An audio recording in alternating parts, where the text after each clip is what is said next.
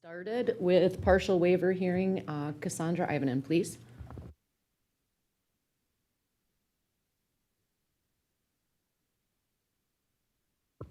Can everyone hear me okay? All right.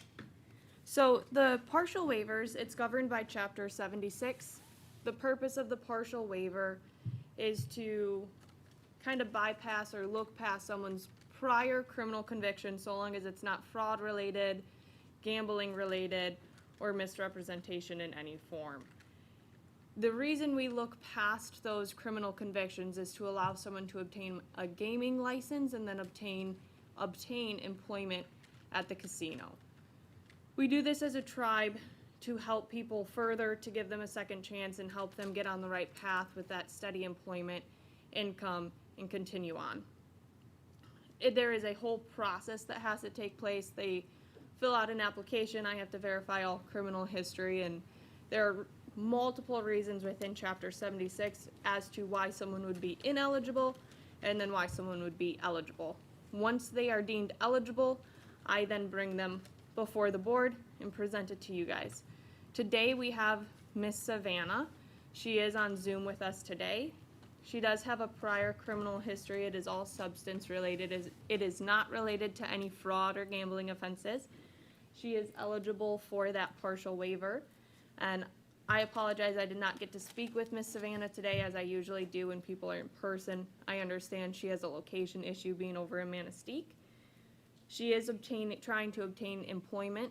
Usually I present what specific types of steps they've taken to obtain employment or what specific spots they want for that employment. I do not know that information for Miss Savannah, so if you guys have questions as to that, I would defer to her. Are there any questions? Yeah, can you hear us, Savannah? Yes, I can hear you. All right, so you live on the res now. Were you living on the res at the time of this conviction? No. Okay. So, did you receive any kind of like counseling and substance abuse counseling or anything? Yes, I went to rehab. Oh, good, good.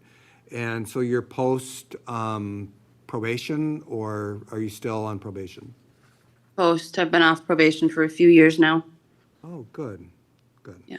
Yeah, that's good to hear, because my concern would have been if it was on the res because of your specific conviction. But if you've finished rehab and you've finished your probation, everybody deserves a second chance. So that's it for me. Thank you. Anyone else have any questions? Is there anything you'd like to explain, Savannah?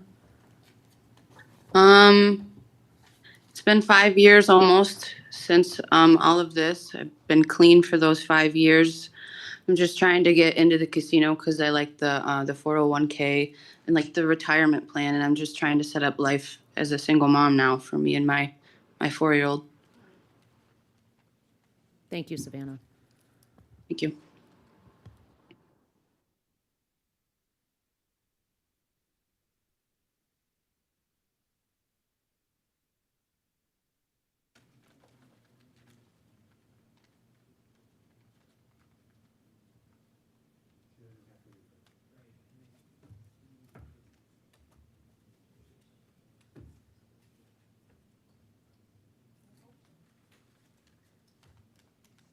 I think that's all from us, so this will go on the August 18th Board of Directors meeting, if everybody is okay with that.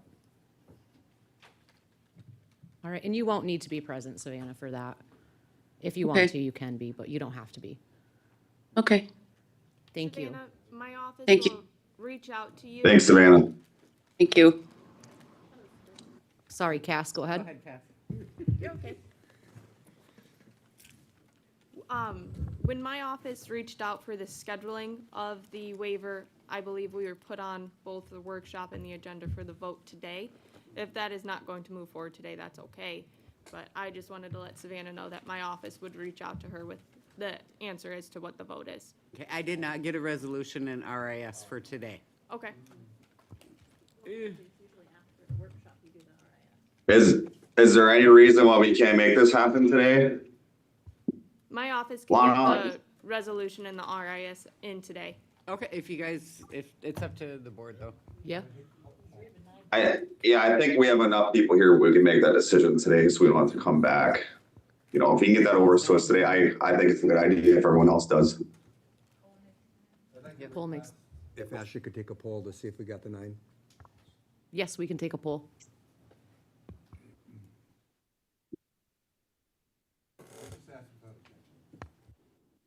I'm gonna ask without objection if we can get this on the agenda tonight.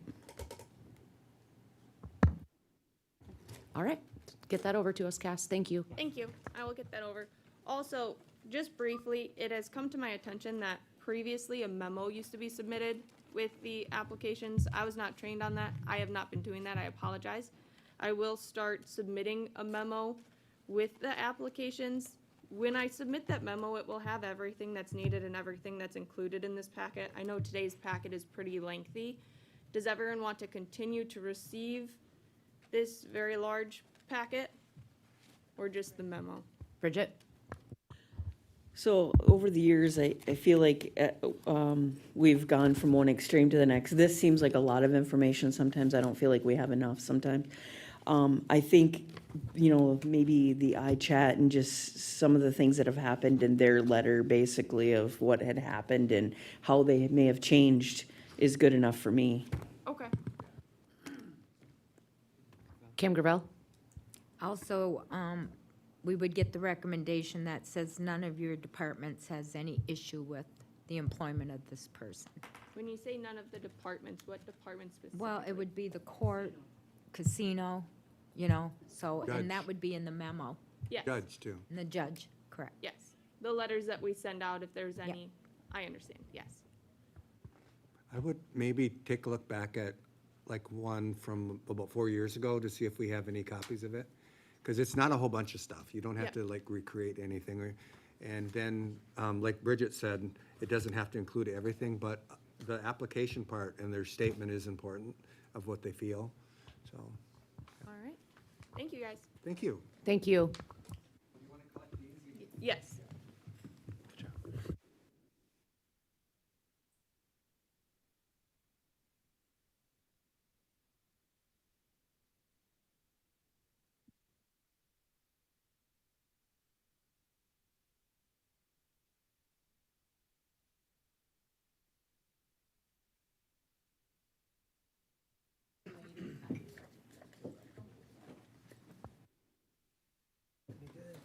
And for the Health CEO executive report, that's going to be a closed.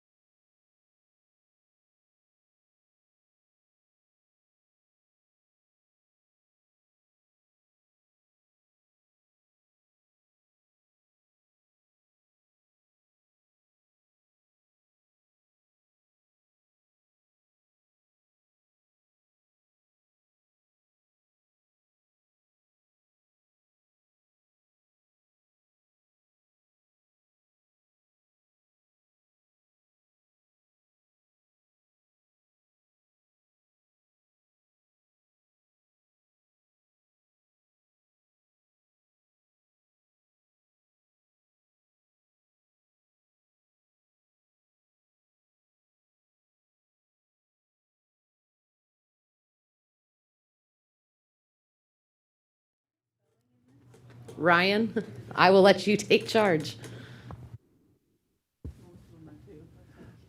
Thank you. I had the pleasure to introduce to you guys two new employees and a team members, and a team member you probably recognize, but he's in a new capacity, and I don't think you've had the opportunity to talk to him in his new capacity. So I'll start with Caroline Laporte. She is our new onboarded key employee / chief judge of our trial court. She started yesterday.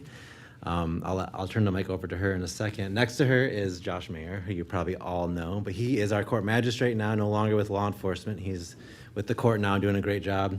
And also to my left here is Amber Neely. She is our new staff attorney. Actually, all of them are. We are all Sioux Tribe citizens as well. I think it's important to note. I wanted to introduce them all to you and have an opportunity for them to introduce themselves and tell a little bit about their background. And so I'll turn it over to Judge Laporte.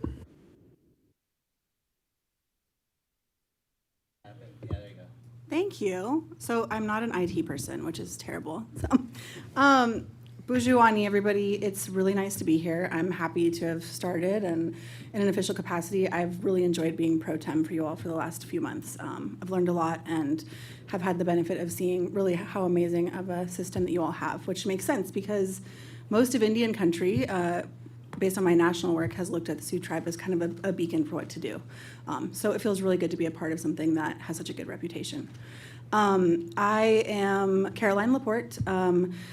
I am an attorney, bar licensed in Texas, and I practiced at the Seminole Tribe of Florida's tribal courts, and then also am an associate trial court judge at Little River as an elected official. And then previously, I was with the National Indigenous Women's Resource Center as a director of safe housing for survivors of gender-based violence within Indian country, and then I was also their first DC policy advisor out in Washington there for a number of years. I've worked with the Seminole Tribe of Florida as an attorney in their court for 3 years, and for CASA, and also at the universities, so at the University of Miami and at Northern Michigan as an associate professor. So it's really, again, super good to be here. I was very glad to receive the offer and to accept it. I have felt very at home, and also I've just really enjoyed getting to be a part of something, again, that has such a really strong legacy. So it's really nice to meet you all, and I really appreciate the opportunity.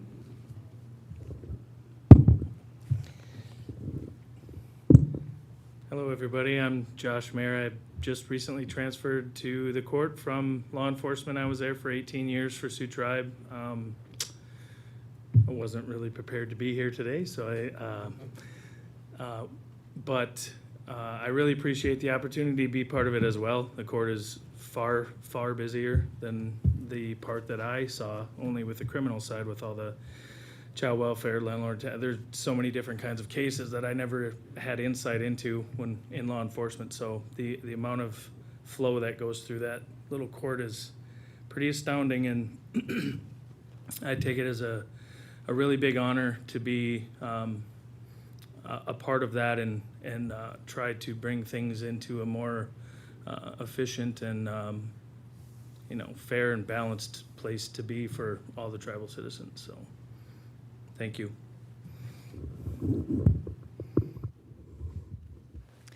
Hi, everyone. Thank you and miigwech for inviting me here to meet you all today.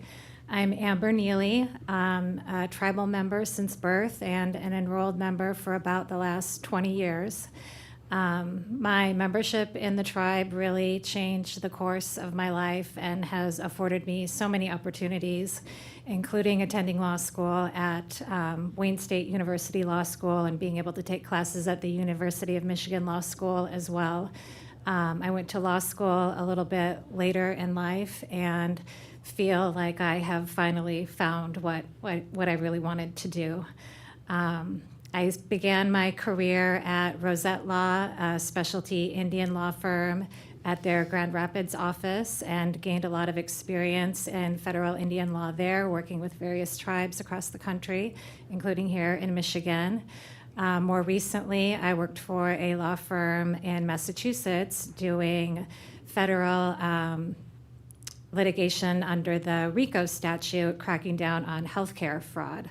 So those are kind of some of my areas of expertise that I hope to be able to bring to the tribe. And thank you so much for this opportunity. I'm just so happy to be joining the team.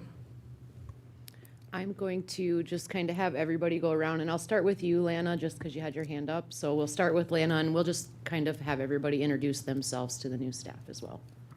Well, I'm Lana Cosley Smith. I represent Unit 2 area, which you guys probably are aware is a pretty large area in the eastern end. And I just want to make a couple comments. You know, we're really happy to have you. We've had some struggles, you know, in the past. I'm glad that you guys are all here because it is a really, it's going to be a real challenge for us going forward because we have the new constitutional change. So, you know, we're looking at the people that's going to make that change in history for our judicial branch. So, you know, I actually feel good today because of all your guys' comments that you made. You know, all of you came, you know, and Josh, you've been here for a long time, but the newer ones, Josh, you came with high, you know, a level of people wanting you in that position. So that is a really good thing to know. And we don't have, you know, terribly a lot of wins, you know, but this is a win for us, I think, you know, because hearing from you guys just makes me feel good. And you being here and hearing your background and our newest staff attorney, because changing over to that judicial branch is going to be, like I said, that's going to be primarily on you guys to steer that process. So I had a little glimmer of hope here today. So that's a good thing because it's a scary, trying time for our tribe. So, and separating that branch is going to be extremely important to our tribal members. I have to get used to saying citizens because I grew up as a member. So yeah, I welcome all you guys. Yeah, go ahead, Mike. Bonjour, I'm Michael McCritchie, Unit 1 rep from the Sioux, and I want to echo what Lana said too. Welcome. We're excited to have you guys on board and look forward to seeing you guys more often.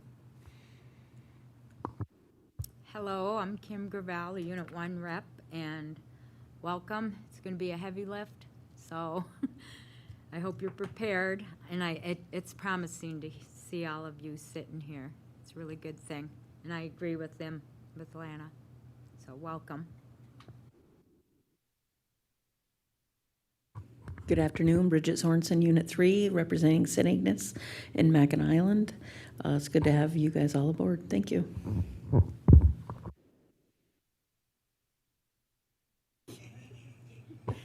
Honey, Sue St. Ange, Unit 3, St. Ignace. Welcome. Ani Boujou, Aaron Payment, Unit 1, also served as chairperson previously and Judicial Branch Division Director at one time or another. Had a close relationship with law enforcement, worked on state certification of tribal law enforcement officers, worked with Department of Justice and conducted consultations on violence against women and the need for good data. Pushed our Attorney General to include in her platform when she ran to create a forum for that. And it's the last year of her term, but it's happening. At Grand Traverse, we just got the notification that there's going to be a session in Grand Traverse on October 6th. But and she's deceased now, but Holly Bird wrote that into her platform and then her implementation. And so also worked on MMIP at the national level, pushing for good data. I will be attending the OVW session at Tulalip along with Ashley is coming. She's in training and going to be taking over. So just really excited. You know, I was around when George was our chief judge, George Nolan, and the building that you're in is named after George. And his vision for what our court would become, we're coming to fruition to that. And we've had a lot of resistance to evolving to a separation of powers. We've had a lot of people claim that it's not indigenous, which means they don't know their own history, because the origin of a separation of powers comes from the Iroquois Confederacy, Great Law of Peace. And so our founders expected that we would evolve and our government would evolve with it. Due process is really, really important in any judicial system that we have not had in the past. I've got some cases that I've won in our court system, 3 cases, 3 strikes and you're out, for lack of following due process right. So we will be evolving our government, and you guys can be a key part of that. And know 30 years from now, somebody will be mentioning you as part of your legacy and having helped create our court system, which is something that will transcend anybody who's elected, anybody who's chairperson, anybody who's alive today. It should transcend and provide for our future. So welcome aboard. I'm excited that you're all tribal members. I remember when you were just starting as an officer. It's kind of crazy that it's been how many years now? That's crazy. So welcome. Ani, welcome. It's nice to meet you all. Thanks for joining us. We also appreciate you as much as you appreciate us. So hopefully, as a team, we can get through all the changes and make things significantly better. So again, welcome. And I'm Kimberly Lee, Unit 2. So that's all. Hi, I'm Larry Barbeau, Unit 4. Welcome aboard, guys.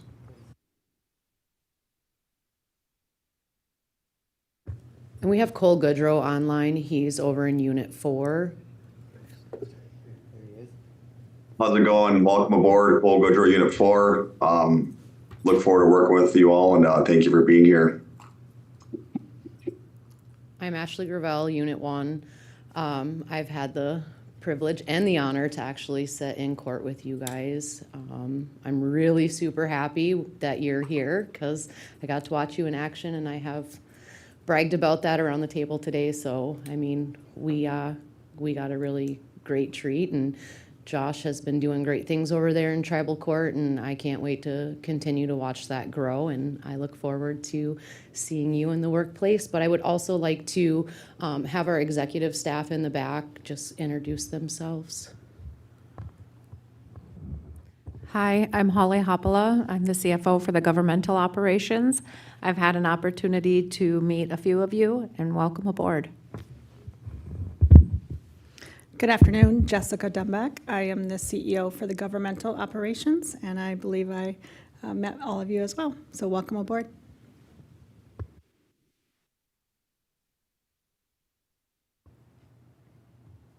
Well, that's it, guys, unless you have any questions for us. No. Thank you so much for coming in. Yeah, miigwech again for having us. It's an honor, and look forward to working with all of you on the next challenges that you have before you. So thank you. Thank you.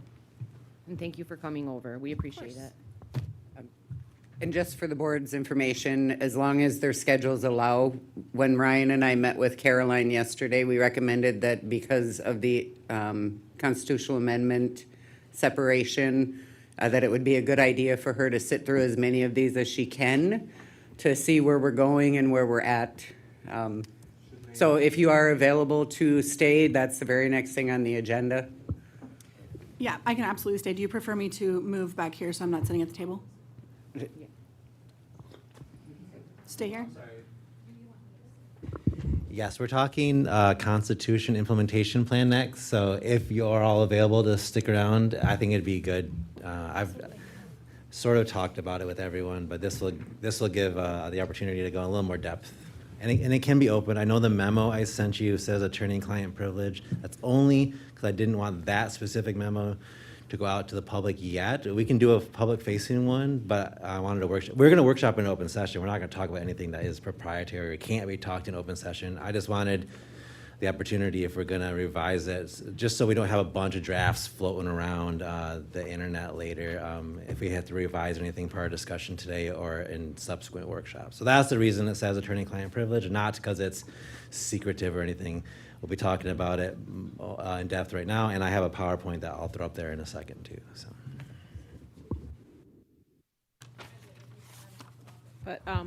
But my job before this, I worked with the youth education and activities, and when I first started that job, they had something called teen court, which kind of went back to a hat I wore long ago, and that I'm a Supreme Court trained mediator, and I was just wondering what your thoughts about bringing back something like teen court and also like more restorative justice, family mediation, style activities. I think all of that is super important to, if it's not already present in the court, reinvigorate. I was looking today at the CTOS solicitation, and there is the opportunity for some grant funds for exactly what you're talking about. So I think that's one of the things that's absolutely on the agenda. My view on restorative justice is that culturally it's very unique to each tribe, right? And so making sure that that's respectful and in line with what you all feel and what is appropriate, I think it's essential. I mean, court can be such a scary place for people, you know, and I think that it's important to maintain the decorum of the space, but it's also really important to make sure that people feel heard, right? That that there's not some sort of, you know, weird colonial overture that just re-traumatizes individuals. And I think restorative justice is a really great path towards that, but something that's not pan-Indigenous and something that's very specific to the Chippewa tribe would be perfect, yeah. Yeah, and thank you for your work on all of that previously. Aaron? So I'll add, and I know it's jumping kind of back to the court, but so something that I latched onto and Lana and Kim Lee latched onto, and we expressed ourselves, but it kind of just got lost in some of the conflict that ensued with the court, is we applied for and submitted a plan for a diversion program for juveniles. And so by nature of that, it is to prevent kids, young people, from having to be adjudicated and going down a path, right? Years ago, about 25 years ago, we had a Kids Safe Streets grant that was to look at a child in a holistic way, their school record, their truancy, their counseling, behavioral health, and their adjudication if there was any.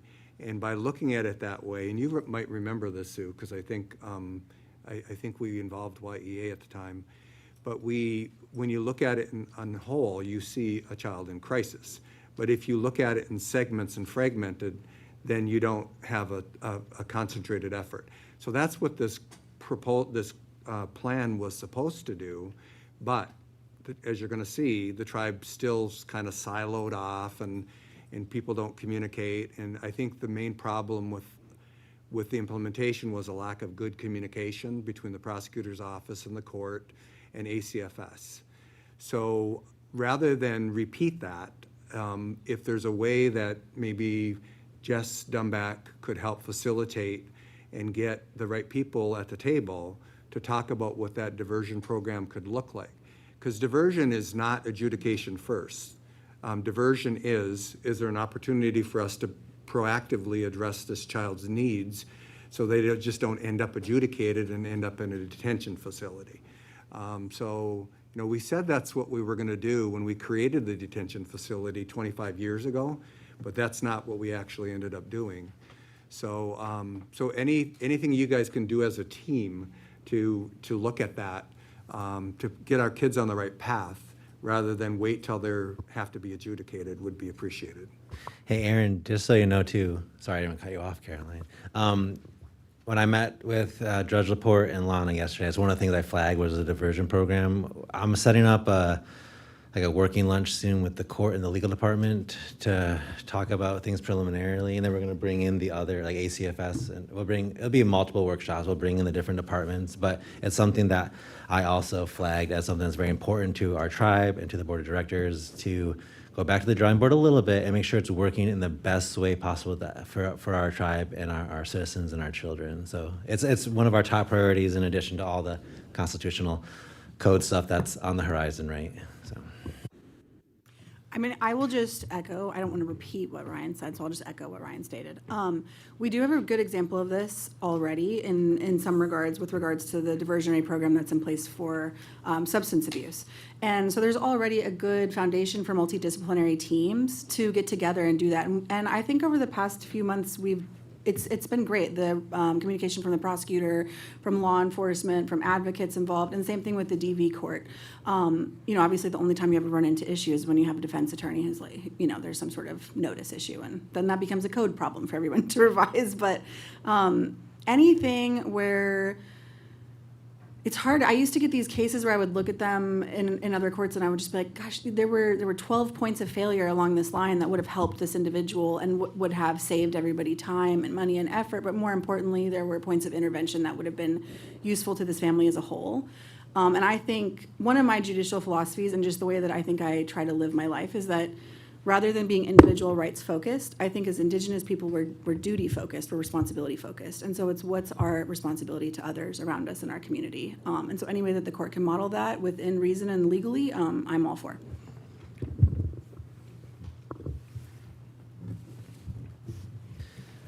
I was going to say for the constitutional presentation, you don't have to sit up front with me. You're welcome to share the hot seat with me a little if you want, but you can go back to the audience if you don't want to be streamed on YouTube as I'm presenting. Yes, you can stay there. I just don't want you to feel pressure to have to. Josh, you don't have to stay up there if you don't want to.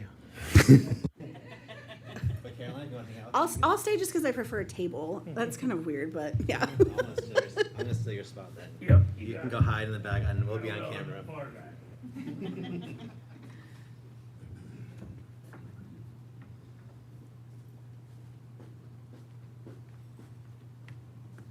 Ash, you want me to jump right in once I get it up, or you want to take a break? Does anybody need a potty break or anything? Okay. Jump right in when you're ready, Ryan.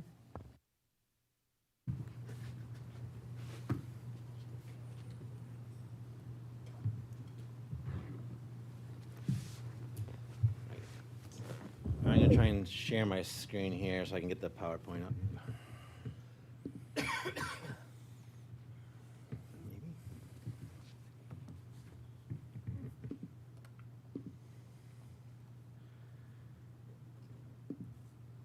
Oh, wait, is this working now, Lana?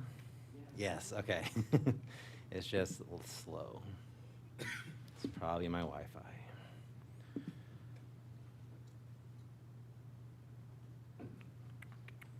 Okay.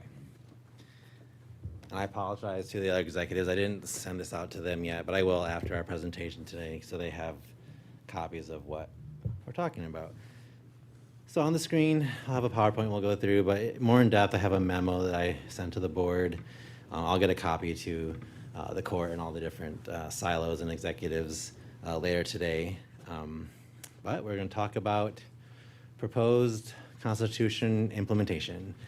We had given a rough outline to you guys several months ago per the resolution that set the timelines for internally how we were going to set up and prepare for the constitutional election. This one is modeled off of that, but it's tweaked and a little bit more in depth.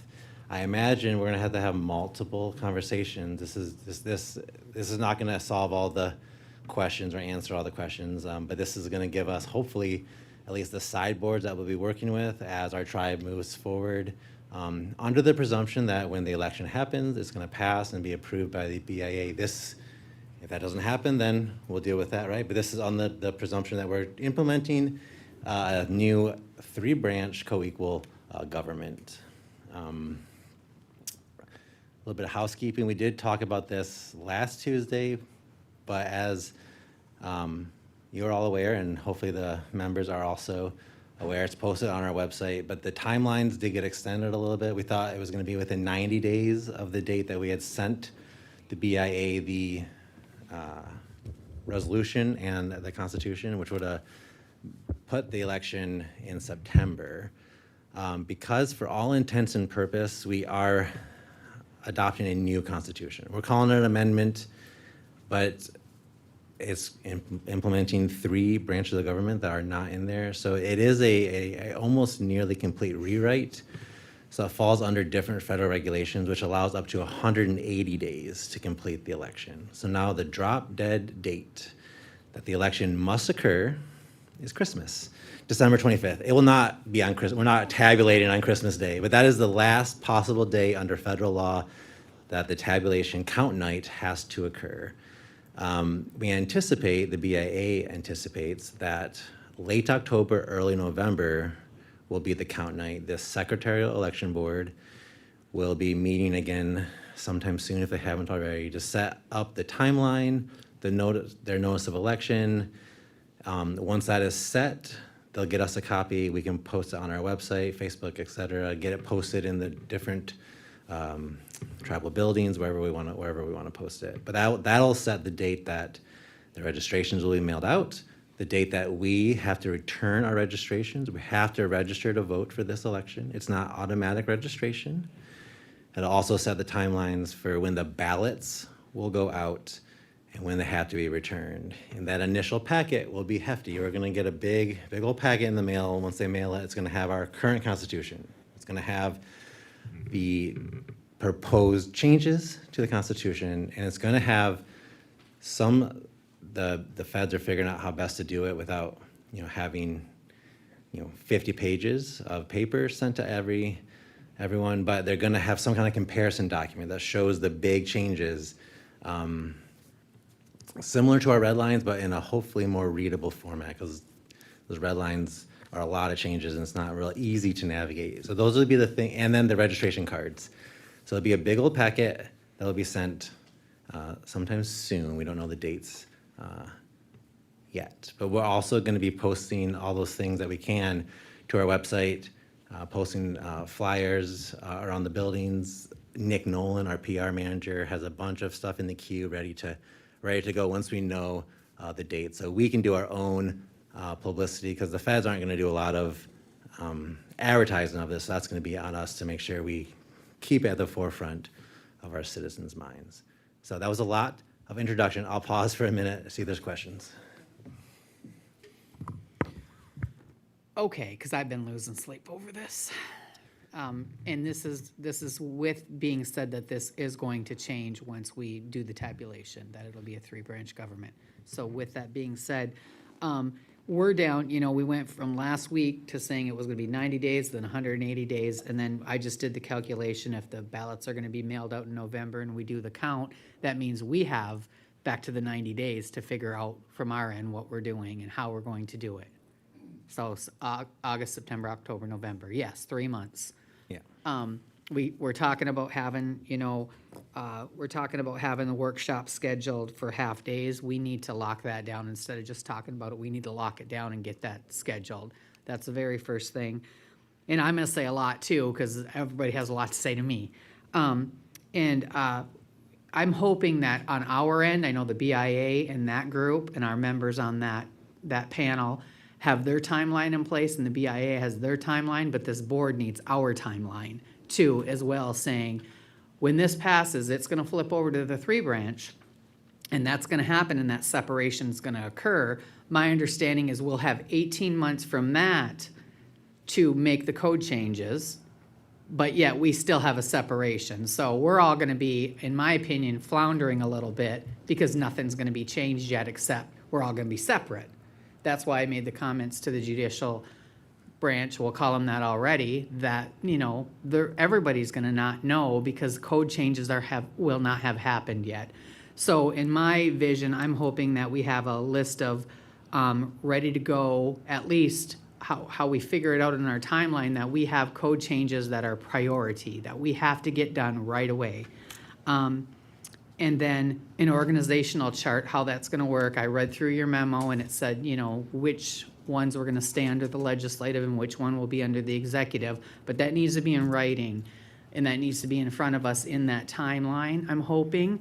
And I'm sure everybody's got their own thoughts, these are just mine. And then a budget document as well. So when we make that change, in whenever it's going to be, what the budget's going to look like, and what we'll need to plan for, and how we're gonna sustain it, and where we're gonna sustain that.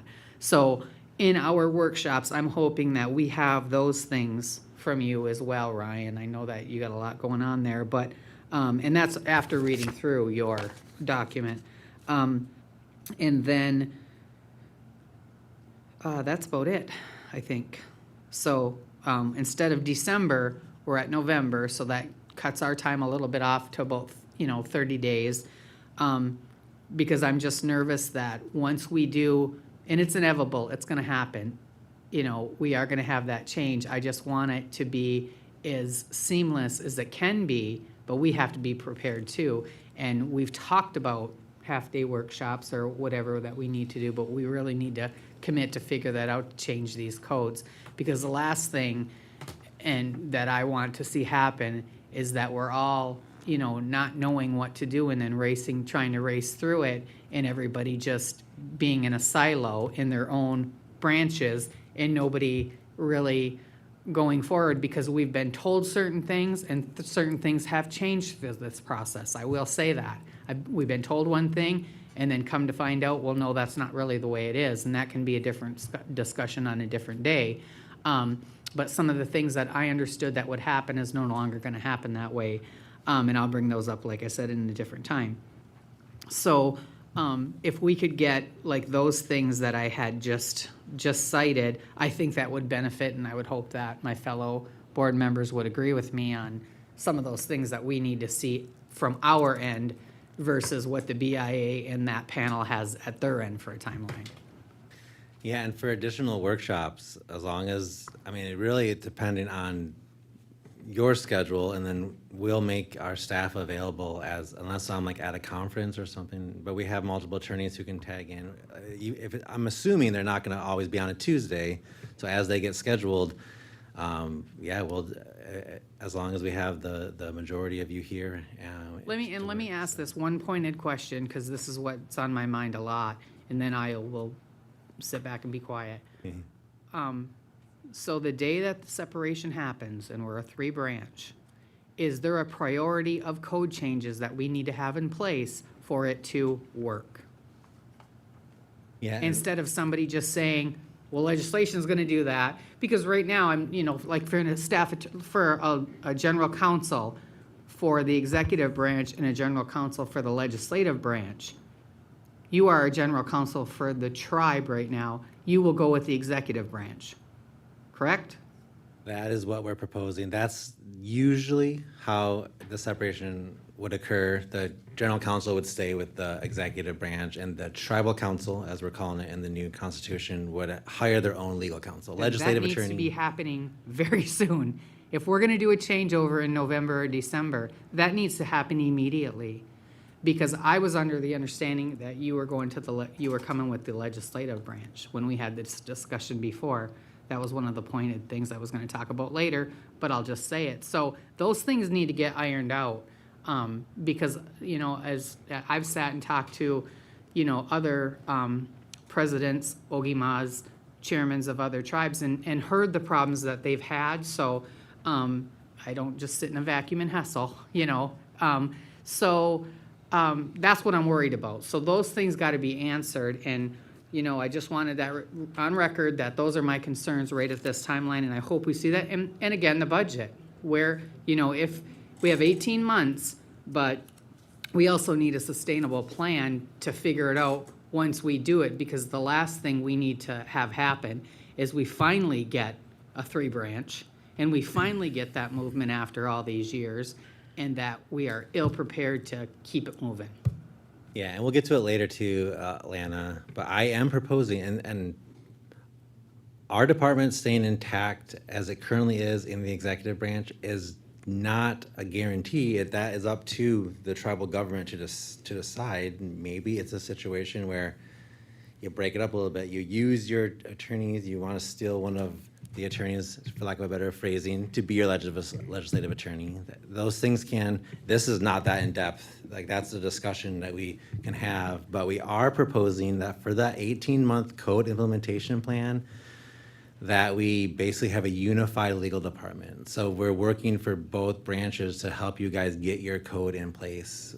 And within that 18 months, however long or however short it takes for tribal council, or however we end up doing it, to get their own attorneys, attorneys, is fine, and we'll bring them on board to the process. But this implementation plan is working under the presumption that your current legal team is going to do the bulk of the workload, and the executive branch and the tribal council are gonna have to share the attorneys in the beginning until you have your own legal counsel, because the work needs to get done, right? So that's what we're proposing. I do not believe a unified legal department is gonna work long-term. Little River did have a unified legal department at one time. It didn't work for reasons that we've talked about previously, like the branches suing each other, right? But this code buffer, this 18 months was built in purposely, so if you have a lawsuit, maybe that says this code is not constitutional. Well, we know that. That's why we have the 18-month buffer, right, to work on it. You don't actually have standing yet because tribal council, unless they missed that deadline, they didn't drop they didn't fail in their duty to adopt that code because they do have, some of that buffer is meant to also protect us so we can minimize some of the lawsuits that might otherwise occur because we have time to get the code up to date, but it is a tandem thing. It is immediate separation of powers. We're proposing a transition resolution, which we'll get to, that hopefully continues the continuity of operations at the current funded levels, and then we'll have to determine increase or decreases in funding as we go forward, right? And then that 18-month plan to conform the code. So it is a little bit of immediate separation, but also a little bit of a runway, so to speak, to get the code up to date. And they happen at the same time, and this we'll go into more in depth as we get going forward. Aaron, Kimley, Mike, then Bridget. So, all right, so I'm practicing changing my orientation to focus on the positive. And there's personal reasons why I'm doing that, health reasons why I'm doing that. So, my hope is that we're past looking at going backwards, but that, and it's nothing that Lana said, so I'm not responding to that, but that we think in terms of how do we structure this. We have an awesome responsibility. The people that are currently elected have a sacred trust and an awesome responsibility to think about what the structure of our government should look like going forward well into the future when we're no longer here. And immediately, once we have a separation of powers, then it's like lawyering up. Everybody's all going to have their position. People are going to start getting ingrained in their position. People will start fighting about what's executive, what's legislative. And I think that, because I know intimately, I know Little River situation very well. I'm friends with their Ogima, who's endured lawsuit after lawsuit after lawsuit, because it's a struggle. It's a struggle. It's a balance of power and a struggle over what that balance looks like. And the same thing is true for Little Traverse. I won't say any names, but years ago when they had a chairperson and then they hired their first legal counsel on the legislative branch, it was adversarial rather than what should it look like going forward. What should the laws look like going forward to proactively address how to resolve issues so that we don't have to resolve them through litigation. Litigation's not always the best way to lay out the way your government's going to work.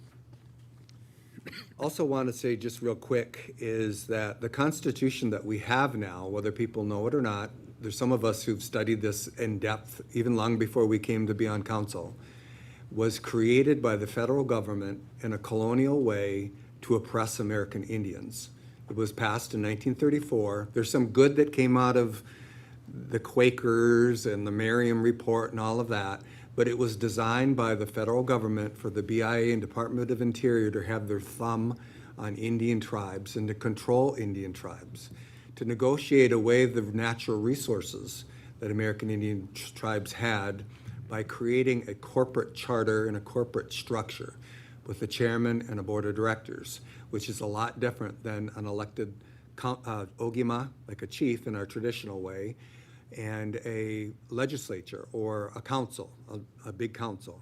They're very, very different. The structure we have was prescribed for us.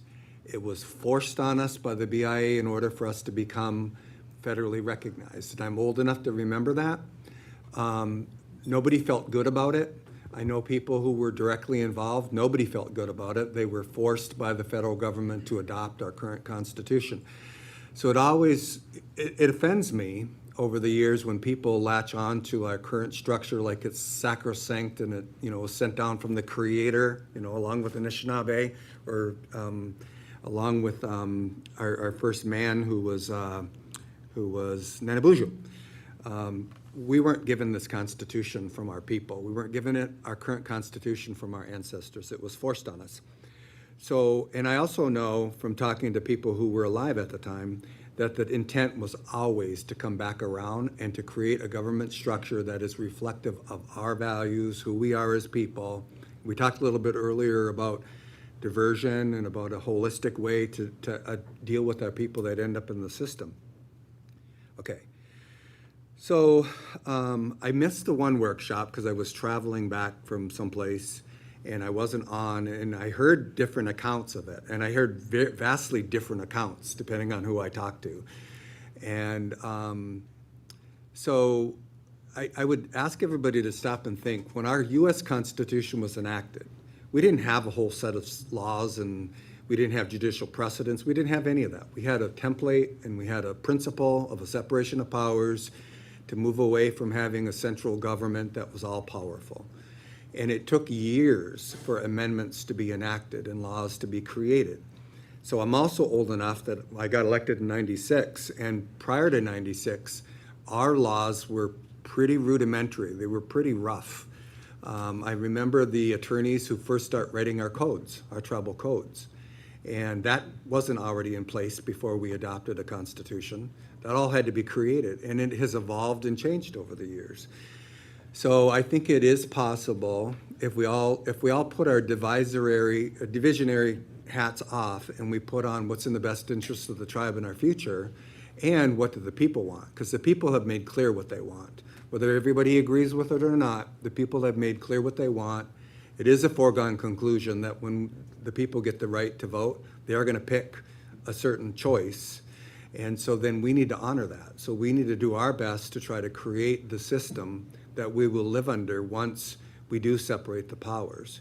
So we should be thinking in a cooperative way, what structure do we want in place, and how can we proactively create that? And we don't have to get it all done within 9 months or 6 months or 18 months. We don't have to. We will now have a constitution, a process that we can start enacting our codes and our laws, and we can evolve our laws as time goes on. That's what constitutional law is. So I do think there's some things we should try to do now that we have a little bit of a buffer zone. We have a little bit more lead time to try to create some of these things in advance, to try to ward off that oppositional approach that, sort of, I'm going to screw the Ogama, or I'm going to screw the legislature. Aaron? Or put the screws to. So we do have up to 5 minutes. Our code allows us to be able to speak for, okay. So we do have time to create what that structure looks like, and I hope that we can do it in a proactive way. And I hope that we're moving forward now and not backwards and start looking for oppositional reasons to prevent us from moving forward. I hope we're past all of that, so. And again, that I want to make clear, I'm not reacting to what Lana said at all, because we agree. We have more time now to get it right. Thank you. Thank you, Aaron. Mike? All right, I guess I saw that your priority list and the codes and all that. I appreciate how you've done it, and I agree with a lot of it, with the exception of the administrative hearing. I think that's going to be one of the priorities that might need to get bumped up. With the separation between the executive branch and legislative branch and team members being in the middle, my concern is going to be the team members being stuck in the middle on this. So I look forward to seeing how that administrative hearings are going to look like, but I do think having protections for team members is going to be vital during this transition, because I think they're going to be put in awkward positions. They're going to be asked to, the policies and the laws that are all in the books. So, and that goes for both the executive branch and the legislative branch. I want to make sure that our team members are protected from both those branches. So, and I'm a little concerned with the shared legal right off the get-go, because where your priorities, like you're saying now, it's going to, it's long-term, it's not going to work. I have concerns even in the short term, only because your priority is going to be what the executive branch is prioritizing too. So trying them, I appreciate Director Paymont's, hey, let's not be adversarial about it, but at the same time, I do know that there are gonna be major differences of opinions on how this gets rolled out. This is monumental. This is the first time our tribe's gonna be able to handle this. So that's my biggest concern, is going to be that path and how we protect team members from the board and from the executive branch on following policies. And when those policies aren't followed, what are the steps that team members can take to find those protections? And that, I think, should be one of the highest priorities that we have. Other than that, I look forward to seeing and having more meetings on this, having everybody involved, but I do think we need to set a schedule of these are when we're meeting. So I'll yield for now. Okay, Mike. Okay, I agree with Lana and Mike. That was one of my concerns when I read this memo last night, that I think that we need a resolution to bring forward a budget mod and to hire our own legislative attorney as soon as possible. If we're looking at 90 days, then it may take us 90 days to get that, but I do think that we need to have basically someone on our side, because we know it's gonna come down to the sides.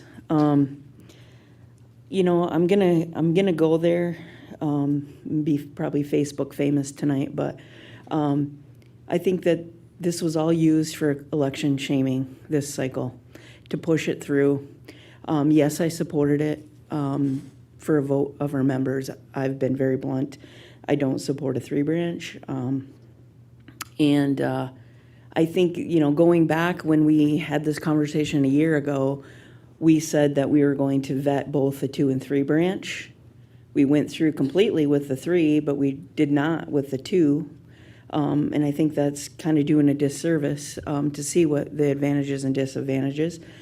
I know a couple of us had brought forward, talking to the other tribes, what their pros and cons and issues that they had with having a 2 or 3 branch. Because I know personally, Tyler and I had talked to some people at NCAI with 3 branch that were wishing that they never went to a 3 branch. So I know that there's issues. And I think we would be doing our due diligence to go through those and to vet that 2 branch. As far as, let's see, I know that when we've talked about how much this is gonna cost, I know people have said you can't put a price on this. Well, I know that there's plenty of members also that if their jobs are gonna be cut or services, and I'm not trying to create fear, because I know that'll be said too, but I think that everyone needs to know up front what we're talking about, how it's all gonna be impacted, what those costs are gonna be, and how we are going to balance the budget, because I'm pretty sure members would prefer services over some of these changes. I do agree we need our own, or we need a completely separated judicial branch, because the membership do need protection against the board. I completely agree with that, but I do think that 13 people are better than 1 when it comes to decision-making and whatnot. And if it was me, I even put that on Facebook, if it was me running for chair, I would rather have 12 other heads with me doing this than being that sole person. I just think that we're asking for trouble with that, but those are my opinions. And like I said, I've heard to put on the face of what's best for the tribe, and I think that I have always done what's best for the tribe, not about what's going to work for me. You know, what I think that is my personal benefit. I know that it's been said, oh, board just doesn't want to give up their power, where I think that there's other people that are power hungry, and it's definitely not me. Let's see. I think that's it for this minute. Thank you. Rob McRory? Can you guys hear me? Yes, we can. Yes, we can. Okay, so I got to respond to a couple things there. First of all, obviously, I was the main person pushing this forward. So when it comes to election shaming, I would not call it election shaming. But if the question is, did I use the heightened the heightened political climate that all of our members were paying attention and the timing of when I put that on the table? Absolutely. And I would do it again 100 times. Why? Because our members pay attention most during election time. And I wanted them to see where each of us would stand when it came to allowing them to vote on governmental reform. And I think that went exactly the way that we all thought it would. So there's that. And so I wanted to take care of that right away. But the main thing that I want to say here is that, you know, throughout all of this, that what's come of it is that the members really did get what they wanted. And so aside from that, I'm going to have to agree with Lana, Mike, and Bridget that, and no offense to you, Ryan, whatsoever, I think you're a Sioux Tribe member and you're going to want what's best for the tribe long term. But I do not think it's appropriate to have a shared legal department when we're moving towards a 3-branch government, especially since your department will be working under the executive branch. So I will support Bridget's suggestion for a resolution to hire a legislative attorney, but only under one condition, that we also hire an constitutional attorney to represent the judicial branch, because the judicial branch is where our members are truly going to get the most of their rights held up. And so if we have attorneys for the legislative branch and the executive branch, then I only think it's right that we have an attorney represent what will be the judicial branch after a judicial election. And as we know, that the current structure is that that judicial branch staff still currently answers to the board. So I think all 3 branches need attorneys that have eyes on this and can protect the integrity of each of the branches. Thank you. Thanks, Rob. Kim Gravel? Thanks, Mike, for bringing up the employees that will be under the executive branch, because I had it on my membership issues tonight now, so as soon as I started reading this, I marked it in here. So it's, I just want to make sure they know their jobs are secure. Because an executive, once the Ogama, I'm not used to saying that, moves over to the executive branch, does he have the power to change all his employees? So the Constitution currently, and the new one, more so, even more explicitly, you wouldn't be able to fire any team members, staff, without proper due process. So your resolution, 7 to hire, 7 to fire, is unconstitutional in the new government. You don't for a government executive, you don't have that's not really a due process. There's no hearing, there's no appeal. It's just you got hired and you got fired. So that's immediately unconstitutional. So the long answer is say no. The Ogama does not have the authority to fire without some kind of due process, some kind of for cause potential, or at least some kind of appeal, whether that's administrative hearing, like you brought up, Mike, or under our current HR policies, we loop in the executives to have some sort of appeal. It's not envisioned that the Ogama could just clean house, because there's no due process there if it just fires all the executives. So, but I do agree with your sentiment, Kim, about wanting to have continuity of operations and protections for current executive staff so they can continue doing their job, which is why we're recommending in the transition resolution, as I'm calling it, that all executives remain in place until reconfirmed. I guess I do have replaced, because technically they can be replaced, but it's pursuant to the new Bill of Rights. They can't just be arbitrarily replaced, or else they have standing to sue you for wrongful termination. So when does the Bill of Rights go into effect? That new Bill of Rights will go into effect as soon as the Secretary approves, gives us that letter that the new Constitution is approved. Okay, and I forgot. I'll raise my hand again if I remember. I should have wrote it down. Aaron? I just have a quick point of clarification. So with what Kim answered, right, it was, I think, the long way around, right? yes, the executive branch has that. It just means that our chief staff has then due process, right? So you can still be, that's a yes, right?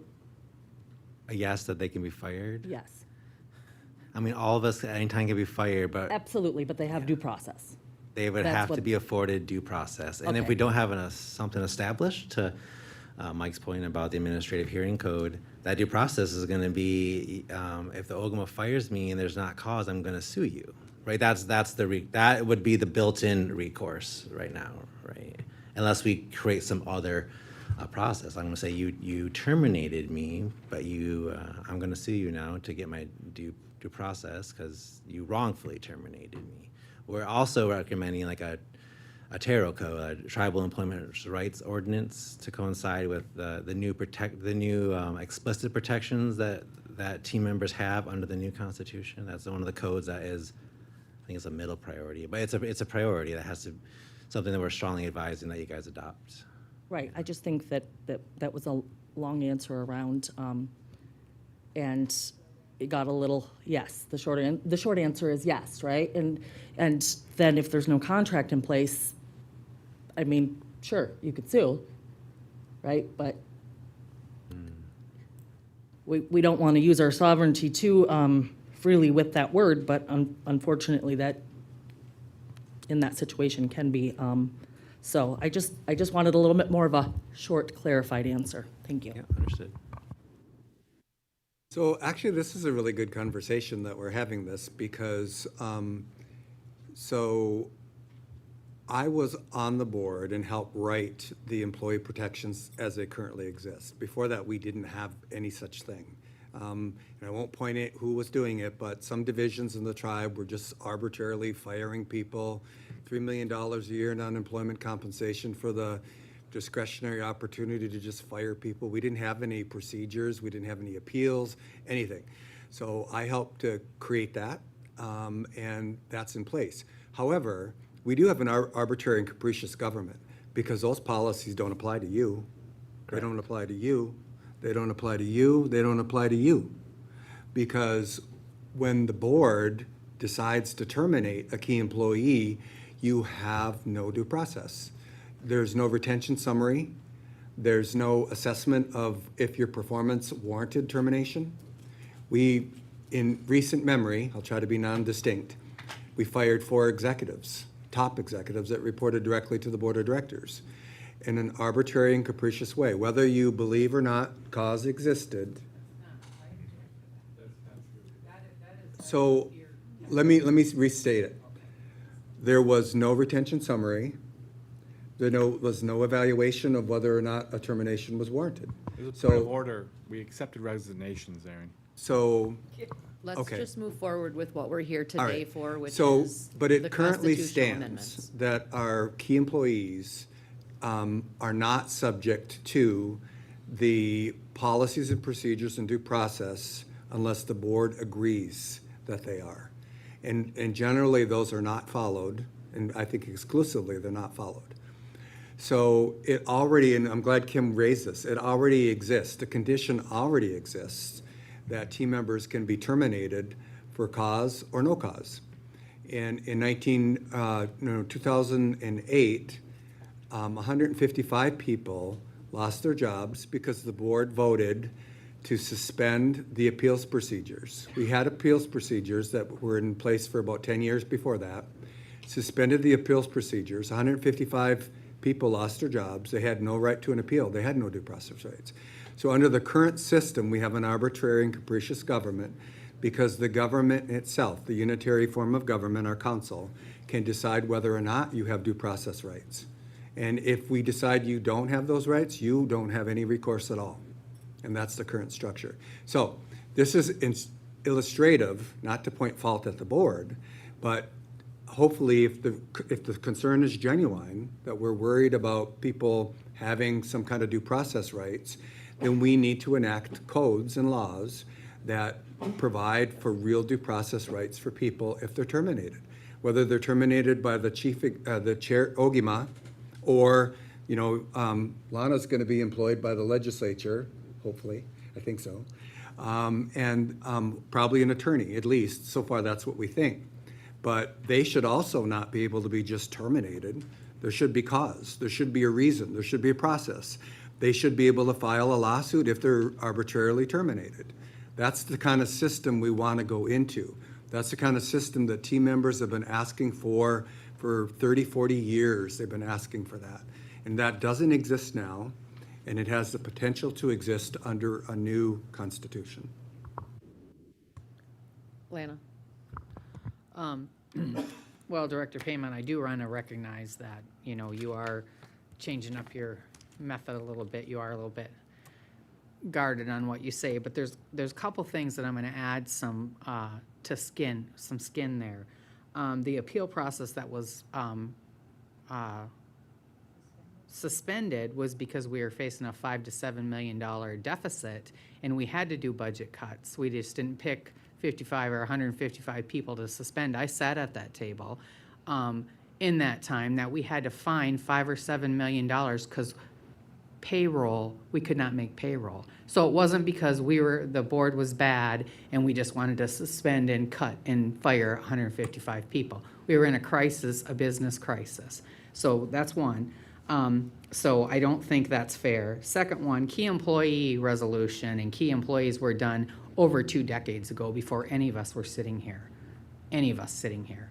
It's been amended throughout the years, and that was a protection as well as, now we're making it to be a bad thing, but it was a protection for executives too, so that they just couldn't be fired as well. So it would take the entire body to do that. So whether I agree with it or not, it was done even prior to my 22 years being here. I don't know if it was in place when you got here, but that's the way it has been. Has it worked all the time? No, it hasn't, and I'm glad there's a Bill of Rights coming.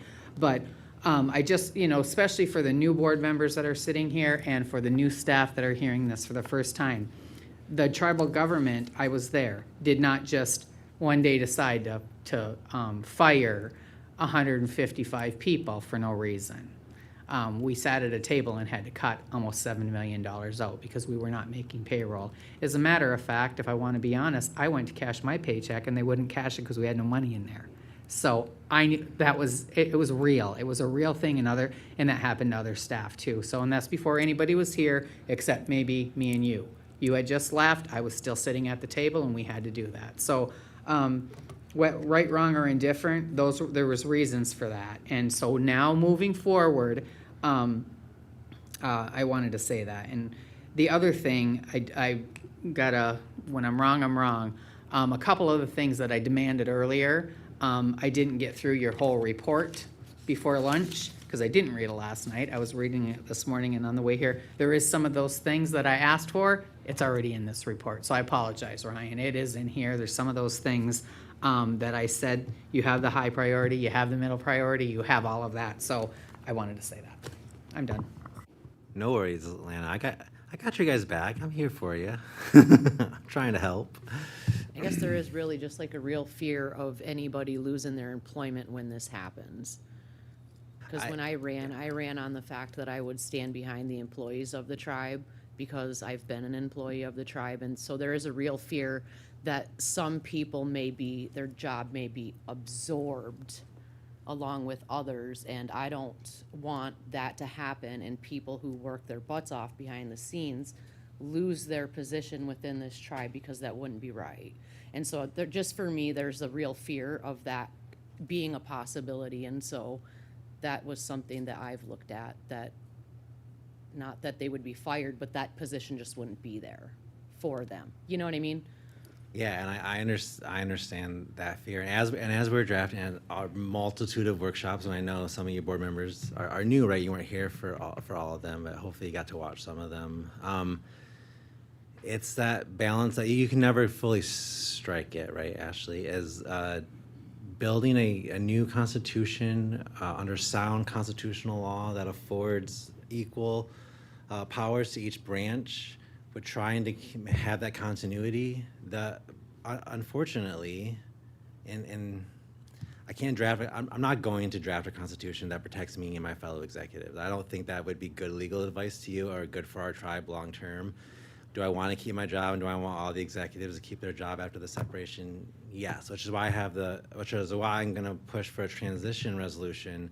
But also long-term, I would not be doing my job if I advised a structure that hampered either the council or the OGMA in exercising their powers. So I'm one of those executives that might not make the cut in the future. I understand that, but I have to do my job and advise you how I think under sound constitutional law, regardless of if I have a job next year or in 2028 or whenever that is. So that did not make anyone feel better in the room, probably. But I want you to know where I'm coming at from as your general counsel, and as I try to advise you, I have to take myself and all the other executives out of the equation.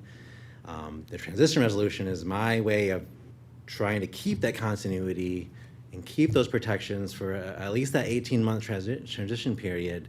But the reality is, like, tonight you could add to the agenda that you don't want Ryan to be your general counsel. That's just the reality that we live in now. And if you would ask me, no one did, but I'll answer it anyway, do I feel like I have more protections under the current structure or under a structure that has an independent judiciary and the Bill of Rights that we are going to adopt? I feel like I can assert my rights if I get terminated better in an independent judiciary with the new Bill of Rights that we're adopting than your current structure, if that makes anyone feel better. Aaron?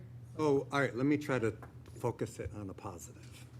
I think it's a good thing for us to be focusing on what rights and protections people will have under a new structure, because, you know, the concern about whether or not people will have a job and we have a separation of powers and an OGMA, you know, I have those same concerns. I've never fired anybody, not even one person.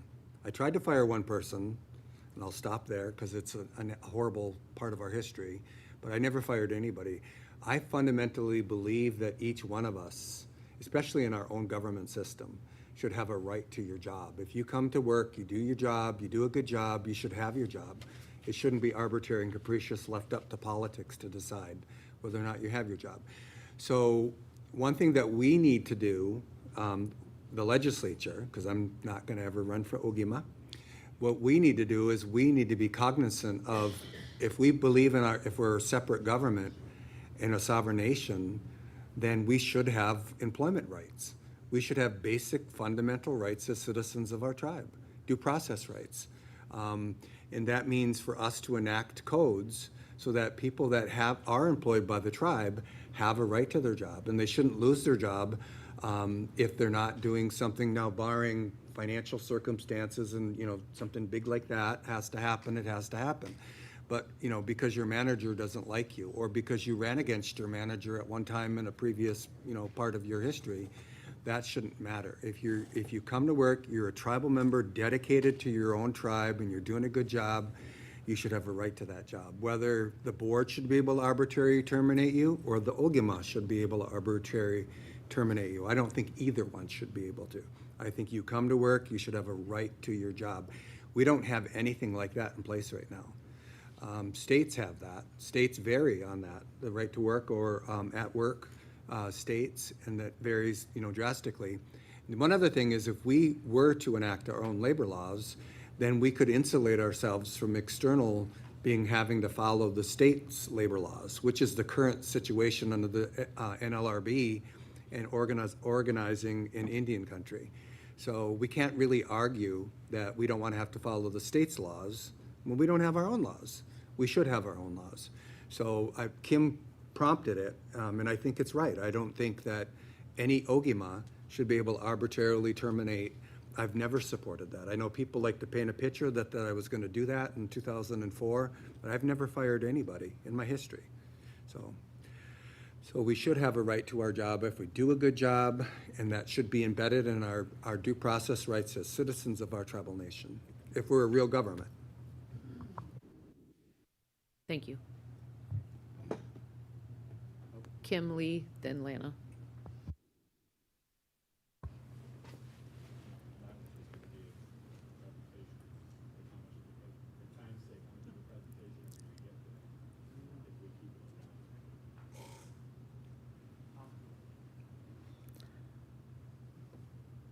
My concern is I guess aside from, right, everybody deserves due process, everybody deserves that right. And I don't want to say that executives haven't had due process with 12 people, right? Because I'm not saying this 12, the past 12, maybe, I don't know. But, so I don't want to say that there was not due process given, because I think I've always, myself personally, given due process, whether that be for executive level employees or sitting on the appeals board. So with that, I think it's not just about that due process. It's not just about laws and codes. It's about how people get treated. So I will say that that is one of my biggest fears. And we've got high-level executives here. They are very talented. They don't have to be here, sure. Most of them are here for a reason, because they love their tribe, they love their people, they love the area they live in. But, and this doesn't have anything to do with our current chair, past chair, but when you've got, to me, that is no due process for our employees, because if we're not breaking laws, how does that work for them? And, you know, I know that a lot of times at this table, it's hard to speak freely, and nobody can even fire us. It's definitely hard for our executive level employees to come sit here and speak freely. And that's with 12 people. Because of fear of getting treated like crap, there's all kinds of fears of retaliation. So, to me, that's one of my biggest fears, is once we break this up, how will they be treated? And after that, are they going to want to keep their jobs? So, that's all.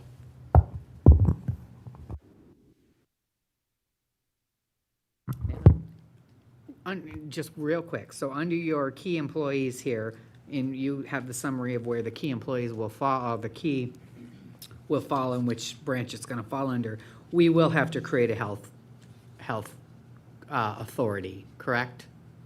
Because that's under the authorities on your sheet, but we don't have a health authority. We don't have to create one. The last time I'm sorry, Alana, I can't remember the date, but the last time we workshopped the prior transition memo, or implementation memo, excuse me, we pulled the board, and the majority wanted to potentially move forward creating a health authority. So that's why it's there. If we never create a health authority, then it would fall under the executive branch. Okay, so that's my question. If we want that to be an authority, okay, that is a simple answer. It's gonna be under the executive branch unless we create an authority, like we did with EDC, like we have with housing, like we do with the gaming authority. Okay, so just so everybody has got that, because that's been a discussion as well. Okay. Yeah, that's why there's a little asterisk by the health CEO, because that one is up for debate right now, because we've talked about both paths, and it's going to depend on how this current board, if you make an authority, if you want to do that sooner, or the future tribal council, if they, because even if you all didn't create an authority now, but when you're a tribal council, you decided you wanted to, that is your power. You can create authorities and decide how those governing bodies operate of those authorities. Okay, thank you, Ryan. All right, Ryan, I'm going to let you go through with this. If anybody has any questions, just write them down, and when we get to the end of it, just because I want them to be able to get through this, and then if we have time at the end, we'll go through any more questions or concerns that anybody has. Okay, I'll try to be cognizant of 4 o'clock. We're trying to do the agenda review, right? So, real quick, the transition roadmap. This is the roadmap of the PowerPoint, but immediately upon approval of the Constitution, so once we ratify as citizens and the BIA approves it, the branches are established. It means that they can, the tribal council, the judicial branch, the executive branch, they can lawfully exercise their authority. The different branches can't hinder or stop them from exercising their authority. Some supervision is going to have to transfer immediately, and you've all brought it up a little bit today. The government executives So right now, as it will fall, the government CEO, the government CFO, the general counsel, the CIO, and the health CEO, if nothing changes, they all fall under the OGMA. So the OGMA assumes supervision of their day-to-day, no longer the tribal council. The tribal council will still have their staff. The board administrator would likely still fall under legislative. Their attorney, when you hire one, would fall under the legislative branch. We are proposing the transition resolution that basically, the resolution will state multiple things. One, it will state that we're basically on a continuing budget. All the budgets, we're working on FY27 budgets now. All the budgets remain in place until changed by tribal council. Because we want all government operations, all judicial operations to be able to continue on at the current funding levels while we figure out what needs to change. So we want the resolution to explicitly state that. So that keeps the continuity of essential services, health, the court, ACFS, et cetera, running. With that, the current executives were proposing that there's explicit language that they remain in place until they're reconfirmed or replaced pursuant to tribal law. One of the codes that we need to adopt, or we're recommending you adopt anyway, is an appointments code to go hand in hand with a new removal ordinance pursuant to the new constitution that outlines how executives are appointed in more detail than what the Constitution says. The Constitution says OGMA nominates, tribal council confirms, but we need to flesh out that process in code. Also go into like the grounds for how they can be removed. Some of that is in the Constitution for like there's certain felonies and crimes that will trigger a removal or recall, but that needs to be fleshed out more in code. So the reconfirmation of executives or I guess the replacement, it still has to be pursuant to the laws that we're going to propose that you adopt. And then we have the priority list, which I'll hopefully get to here. I'll just skip around if I have to so we can show some of the priority lists. That is subject to change. That's our initial priority list that we think we should follow, but as needs arise and change. There are some that have to be done within 6 months per the new constitution. That would be the removal from office code and the FOIO, the Freedom of Information Ordinance. Those under the Constitution say council will adopt them within 6 months of approval of the Constitution. So those have to be towards the top priority because they don't have the 18 months to get done. They only have 6 months to get done. Our goal is to have a lot of these done before then, but that would be the drop dead date, right? So this just reiterates what I already said. The Constitution does control immediately. We have that transition plan that we're working on now, and we have the runway for the code, but all the branches can exercise their lawful authority. We can't delay the Constitution taking effect. As soon as it's approved, that is the law of our tribe.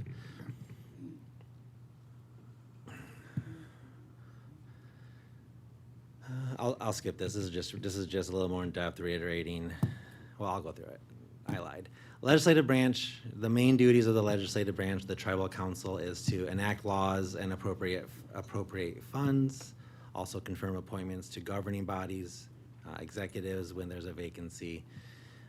It's more of an oversight role. It no longer will be a day-to-day management role, except for those key employees that may still fall under them, the attorneys that they hired, the legislative board administrative office.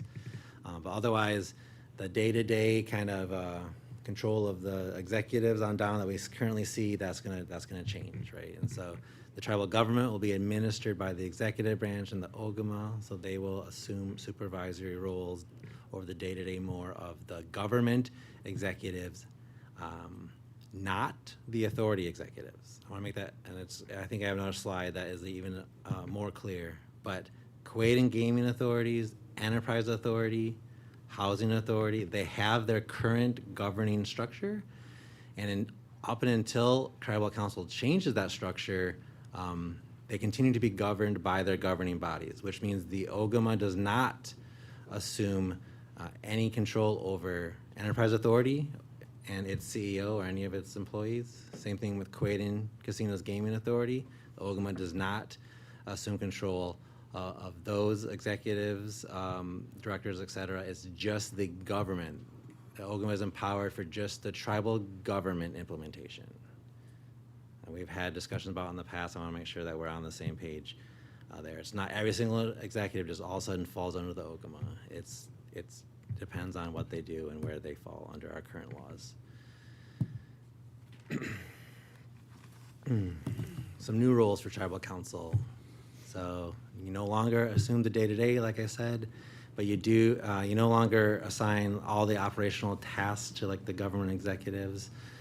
But you still keep the lawmaking and appropriations. You still set policy. You still have audit authority. You have subpoena power under the new constitution. So if you enact a law or policy and you do not think that the OGMA and their staff are properly implementing it, you have the power to subpoena those executives or the OGMA in front of you to ask them why. Why are you not following our law and policy, right? It's a way you can do that before you would file a lawsuit. Bring us in. We, meaning the executives, probably won't be in front of you every Tuesday in a new structure, but you do have the power to drag us in front of you through subpoena power if need be, and also we will voluntarily be in front of you too, because we're still going to advise on codes and stuff that the executive branch thinks you will need to adopt.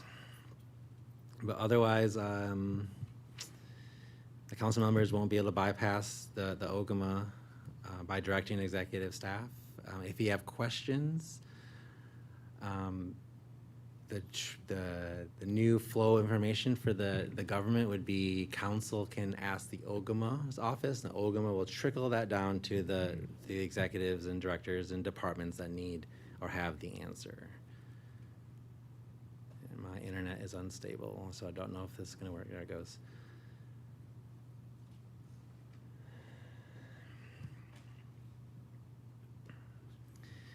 So good, the governmental executives, no tribal council supervision, but we are recommending, like I said, that they remain in office, they remain at their posts.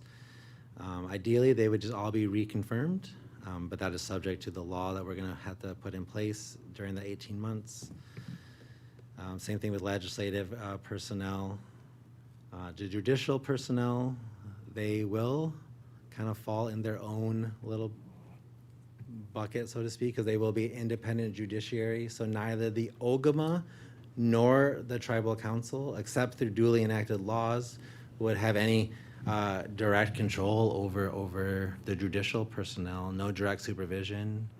The OGMA can't direct the court, neither can tribal council. You can speak to the court through your laws, but otherwise their supervision, for lack of a better word, is our citizens. So if the court's doing something we don't like, the new constitution has recall and removal provisions because the people are one of the checks on the court. Of course, the other branches can also be a check, but they can't control their day-to-day. So the judicial branch can go and run with the powers that it has as soon as that constitution is in effect. I already touched on this. This just highlights the authorities continue under their existing law. So right now, the board of directors is also the governing bodies for Quaidin and Enterprise Authority. Housing Authority has its own structure up and until a day that those laws change. When we separate our government, those laws will be in effect. My opinion is they are not contrary to the new constitution. Can more or less work as they are written. We have talked about changing the governing bodies potentially in the future. That's subject to whether the tribal council wants to change the law, but they would continue under their existing law. There's no mandate that they immediately have to change under the Constitution. Lana, you brought this up, but this is just a little graphic that shows where the key employees traditionally would fall under as we separate. So chief judge goes with, and all her staff goes with judicial branch, of course. Legislative branch would have the board administrator, and their staff and the legislative attorney or attorneys, whatever the case may be, executive branch, general counsel, government CEO, government CFO. I put the tribal registrar because although it's not a key employee in the way we use that term, it is created by law as its own entity that is under code right now, hired by the board, but it's not quite under the key employee resolution, but they would fall likely under the executive branch, as would the chief information officer, although that position probably should have an asterisk next to it too, because that they do need to be able to help set policy, IT policy for all tribal entities. And one thing we've talked about with this board previously is maybe you want to create some kind of, not really an IT authority, but some kind of governing structure for IT. So because the council will be able to set global policy for the CIO, and we want to keep that continuity we don't want COADN or Enterprise necessarily doing something different than with IT security than the tribe is doing. So that one actually should probably have an asterisk next to it, that it needs to be a little more fluid where it can work with all entities. So we'll have to workshop that one probably a little more in depth. The authorities retain their current governing structure. So under the authorities are the COADN executives, the CEO and the CFO, the housing director under the housing authority, enterprise CEO under the enterprise authority. I put gaming commission director, but that probably shouldn't be in the authorities. I'll have to change that one. Health CEO, subject to our discussion earlier, can probably fall under either branch depending on how we structure our laws.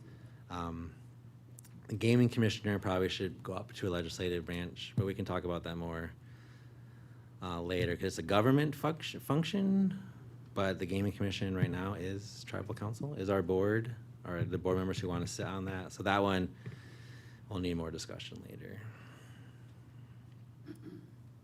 Code amendment prioritization. So right now, and it's not in the PowerPoint, but in the memo, we have a timeline laid out.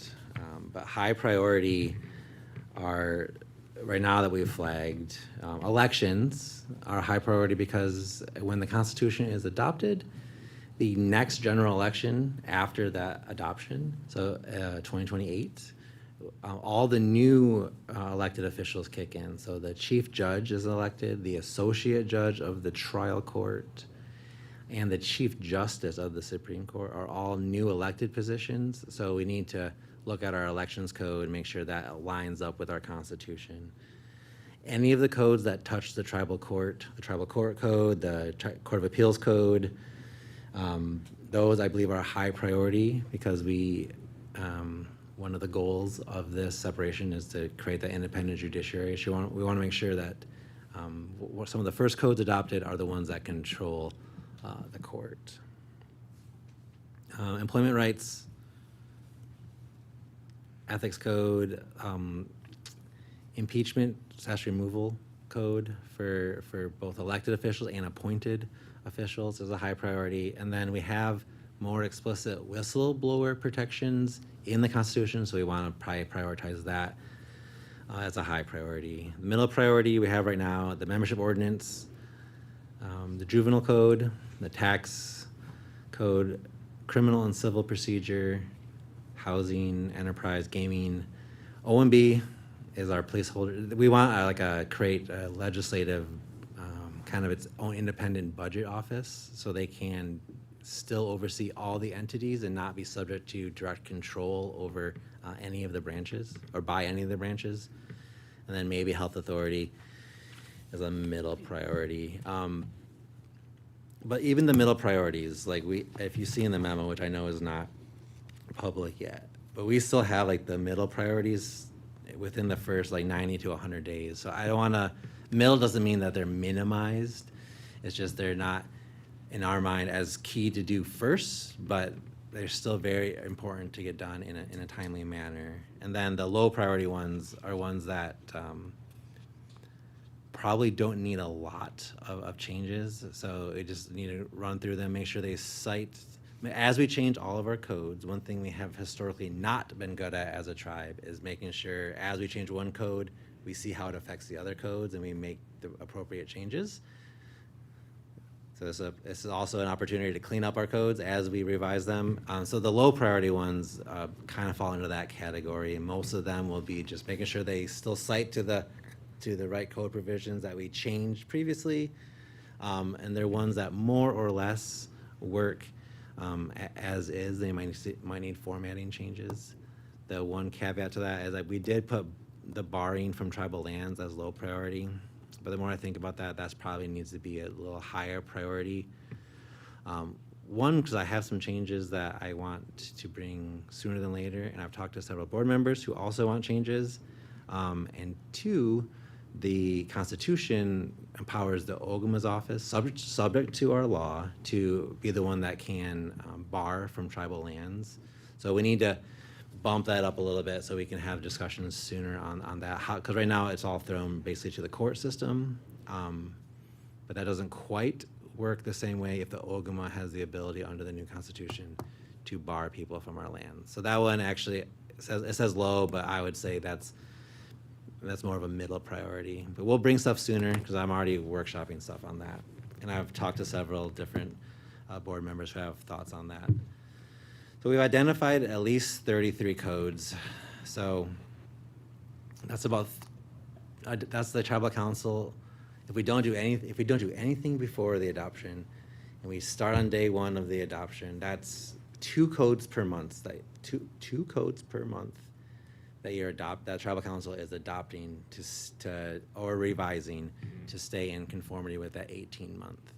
To Director Payment's point earlier, not every single code that our tribe will need now and into the future has to be adopted in those 18 months, but all of our current codes have to be in line with the Constitution within those 18 months. So there may be codes as we are going along and we're implementing our 3-branch government that like, oh, we should really have this code. It's just because that code is not done in 18 months doesn't mean you're out of line with your Constitution. That just means you can't have any laws on the books after the 18 months that would be contrary to your Constitution. So this is not like in 18 months we're gonna have every code that Sioux Tribe ever needs. It's always gonna be fluid like it is now, that we always have to come back and revise, create new codes, advise on new codes. So it's not a, as you all know, it's not a set it and forget it. It's a living, breathing process.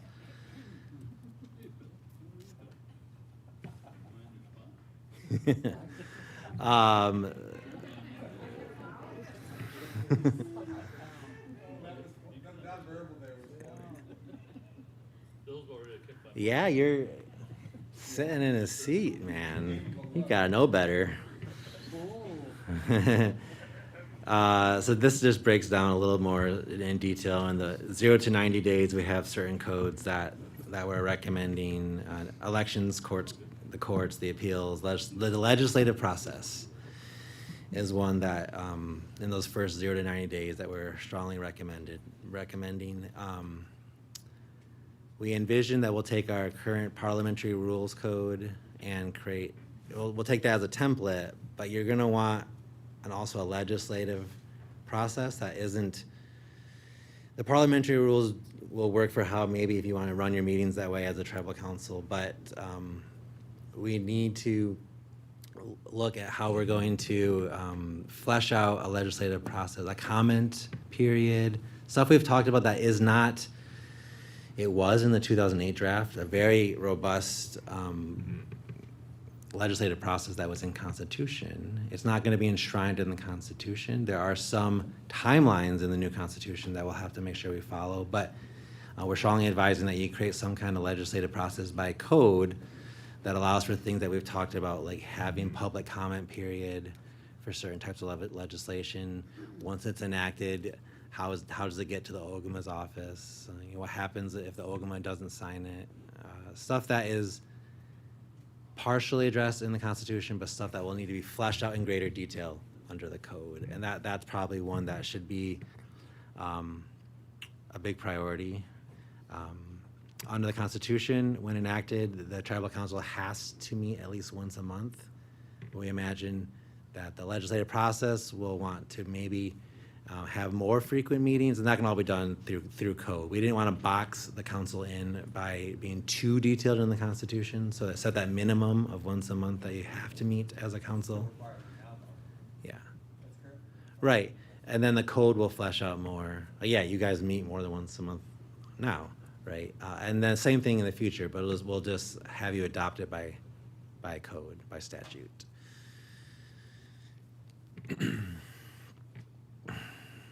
This is just the kind of a summary. I'm not going to go through this for timing's sake. We already hit on all these points.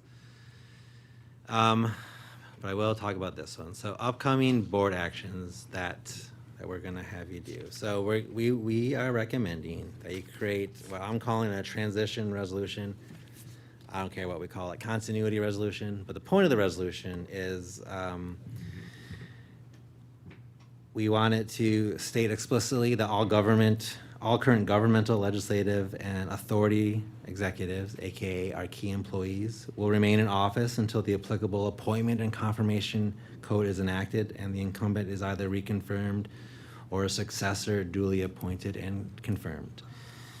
All departments and programs will continue to operate under their current approved budgets and appropriations until lawfully amended and replaced or reallocated by tribal council under their new authority. Kuwait explicitly stated that Kuwait and Casinos Gaming Authority and Enterprise Authority will remain under the tribal council and continue under chapters 94 and 93 until such time as those laws are amended through the constitutional legislative process. We'll have it state that all existing laws, policies, contracts, grants, employment relationships, litigation positions, financial controls, and signature authority will continue unless inconsistent with the amended Constitution or superseded by new valid implementing action by the tribal council. Mandate that all legal entities, departments, and executives bring forth recommended changes to process, policy, procedure, et cetera, within 30 days of enactment of that resolution, which we'd like you to enact no later than the October 6th board meeting. And that all services that are currently shared remain shared until new policy and procedure is adopted. Things like payroll, accounting processes, ADP stuff that we're implementing. Potentially the legal department is a shared service. We're also recommending, subject to further workshop, it sounds like that you have basically what I'm calling a unified legal department through that 18-month code transition, and then be prepared to split if it happens sooner and the tribal council hires their own attorneys. That's great. One attorney is not going to be able to draft all of the codes that you need. Understanding the concern that maybe once we're separated, the OGMA's office might have different priorities that they want their legal team to work on. I think we can maybe add into this resolution something to the effect of adopting this or a substantially similar implementation timeline by law right now by the board of directors that would mandate that OGMA in the future and the separation has to implement that law so we could stick to this timeline schedule so the government, the legal staff could still work under this timeline, because that's the law that if we add that to this resolution, that will be the law of the land until changed. That could maybe create some protections, like you talked about, Mike, of maybe not having competing priorities supersede itself. I don't disagree that the sooner the legislative branch can hire its own legal counsel, the better. I think that's great. If we're going to talk about in the future of maybe my current legal staff somehow is not involved with the code drafting, you're going to want to hire a law firm or someone that has code drafting, because your legislative attorney, if it's one or even just two people, is not going to be able to do it all without our help, which is why I am proposing that we try to have a unified legal department that allows us to get through this transition, because my staff is already working on code provisions, and we're going to shoot some over to the court so they can get some eyes on it and they can help us. And even if you hire a legislative attorney sooner than later, I know maybe this is wishful thinking on my part, but ideally, like, we would all work together for the betterment of the tribe to get it established, and then we can all fight about it later. Is kind of what I'm thinking. Maybe that won't work, and we'll try and do as much as we can, at least get drafts as close to a completed form as possible, so your legislative attorney doesn't have to like recreate the wheel. Well, we have a lot of drafts already ongoing, and before we separate, we'll make sure the board has copies of all those drafts. So if for some reason we are at impasse with the different branches, at least your legislative attorney will have my and my staff's drafts to work off of, so they're not recreating the wheel. So in conclusion, stable transition requires 5 commitments from all of us, from the tribal council, from the judicial branch, from the Ogama's office, from all the executives, all the departments, all the staffs. We need the branches, once we're separated, to stay in their lanes. We need to all understand that as soon as that constitution is approved, that is the governing law of the land, and try to, as best we can, work within those sideboards. Ideally, we need the executives to stay in place, because having turnover of executive staff in the midst of a constitutional reform is going to be a recipe for failure. So I understand all your concerns and I share them, and we can build in right now in that resolution as much protections as possible, but stability of your government and your entities is paramount.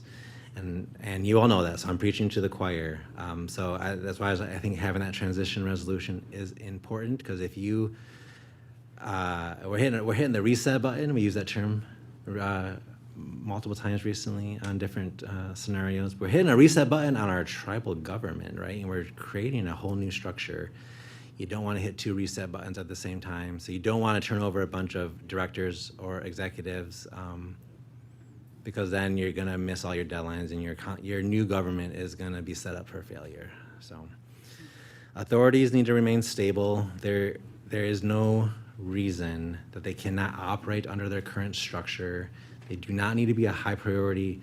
That is also potentially creating instability if we're trying to implement new governing structures with the authorities at the same time that we're creating a whole new 3-branch government. It's an unnecessary strain on all the staff, and for multiple reasons. And so they need, in my opinion, to remain stable right now under the current governing structure. And then obviously have all the code revisions that need to happen within those 18 months. I think that's it. I think I have talked enough for today, so maybe time for some questions. Aaron, then Mike. I don't have a question, I just have a quick comment. I think that whether we're accustomed to this or not, when attorneys do their job and they present options to their client, they should be presenting all options, not just one option. So if the board feels it's necessary to hire a separate attorney, like a consultant attorney or whatever, to advise them on what the legislative side should look like, they shouldn't be hired to come in and say, present only the legislative side's opinion or position. They should be expected to present what's in the best interest of the tribe. And the legal department should do the same. And then if we have both sides, we can filter through to try to figure out what's in the best interest of the tribe, but not come in like a defense counsel or a plaintiff counsel. They should come in with trying to figure, to establish a stable government going forward, so. Mike? 2 really quick things. One, I know that most of that information you went through is in the memo, but can we have access to that slide? You should have been sent it. Oh, is it? Yeah. Okay. I tried to look for it. I couldn't find it, so I'll take another look. If you can't find it, I'll send it again. All right. No worries, because there's a lot of good information in there. We presented it to the public, so we'll be able to explain it to the public that way as well. So I think it'd be a good reference. You can post this to the website if you want. I don't care. Well, I'm sure it will, Right. now that you said it. So yeah. And the only other thing would be is in that, like, committees wasn't discussed or touched base on all that. I'm assuming that the committees are an extension of the board anyway, so that's going to retain that. I do think we'll have some gray areas of how committees will work with the executive branch, because something like audit's gonna have to work with government employees to get information without having to use subpoena power. But hopefully we can iron that out. I just want to make sure I say it out loud before I forget about it, and that it doesn't get lost, that we have to address like committees to a small degree. Other than that, thank you for the information. It was good stuff. Bridget? I'd just like to ask that we get a resolution by the next board meeting to vote it up or down, whether we want to hire somebody as a legislative attorney sooner rather than later, even with Rob's suggestion of the court having someone as well. Because like it or not, the best interest of the tribe, this board of directors is the one that put forward the Constitution. Yes, we took input from members, but they didn't get to individually vote on some of these amendments. So it was this board that figured out what they thought was best for the members.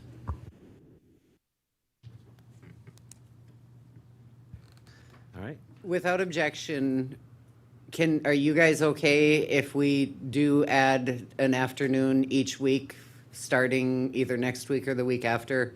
Do a Monday afternoon and just meet every Monday afternoon until you guys get some of the immediate things worked out? I think it's a good idea, but I would ask that we not stop at, oh, well, I have to think about you guys, the staff members. But the board members that come from outlying areas, like if we start at like, say, 1 o'clock and we go till a little bit later, because then they can spend the night and be here for the next day anyway. We are absolutely fine with that, Aaron. We're both salary, so, and their salary. So if we go beyond 5 o'clock, that is not a big deal. So it would be advertised from 1, just starting at 1. Sorry, guys. I didn't sign up for that. No, I was kidding. Instead of starting like Monday next week, the following Monday, and then every Monday minus Labor Day until you guys make a decision at one of those Monday sessions that we've done enough to get us through the initial transition. Okay. Thank you. I think we're just gonna push through on the agenda review, so. No break. Thanks, Ryan. Yeah, most of it's.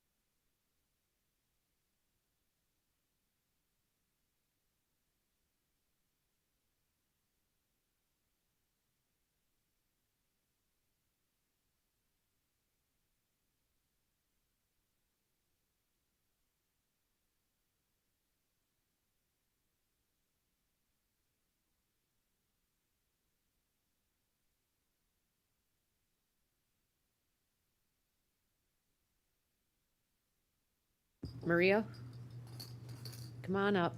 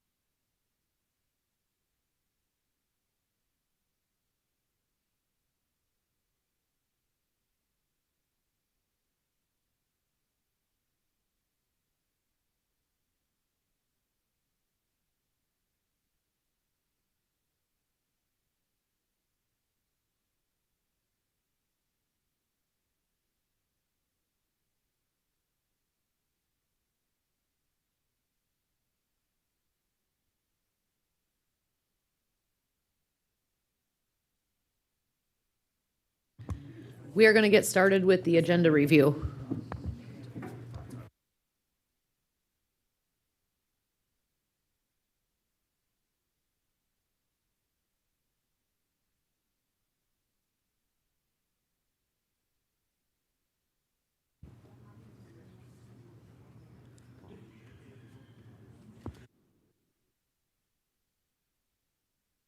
Hey, you guys, we are getting started with agenda review. So if you're having conversations, can you take them out to the hallway, please?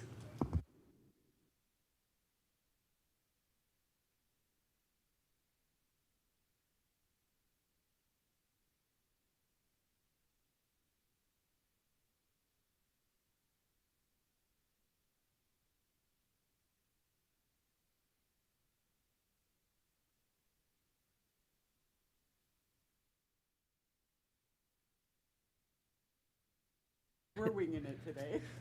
Yep, we're gonna get through this and we'll laugh while we do it, so.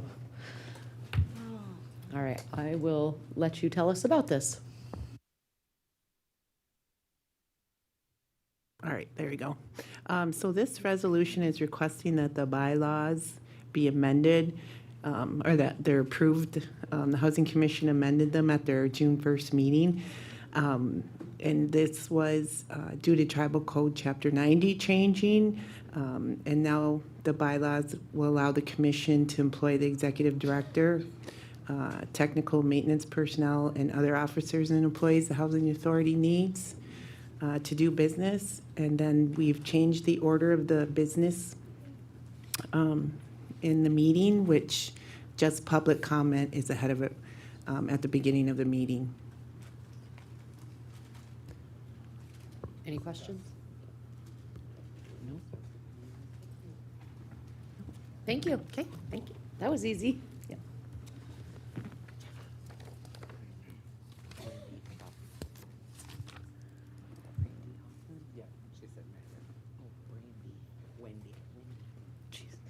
Wendy Hoffman?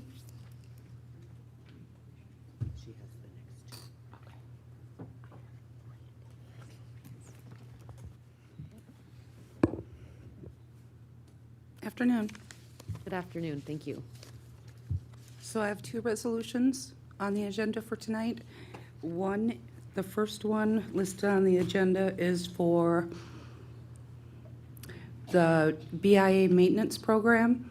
It is to select Superior Seal Coating as a general contractor for our seal coating and line painting project.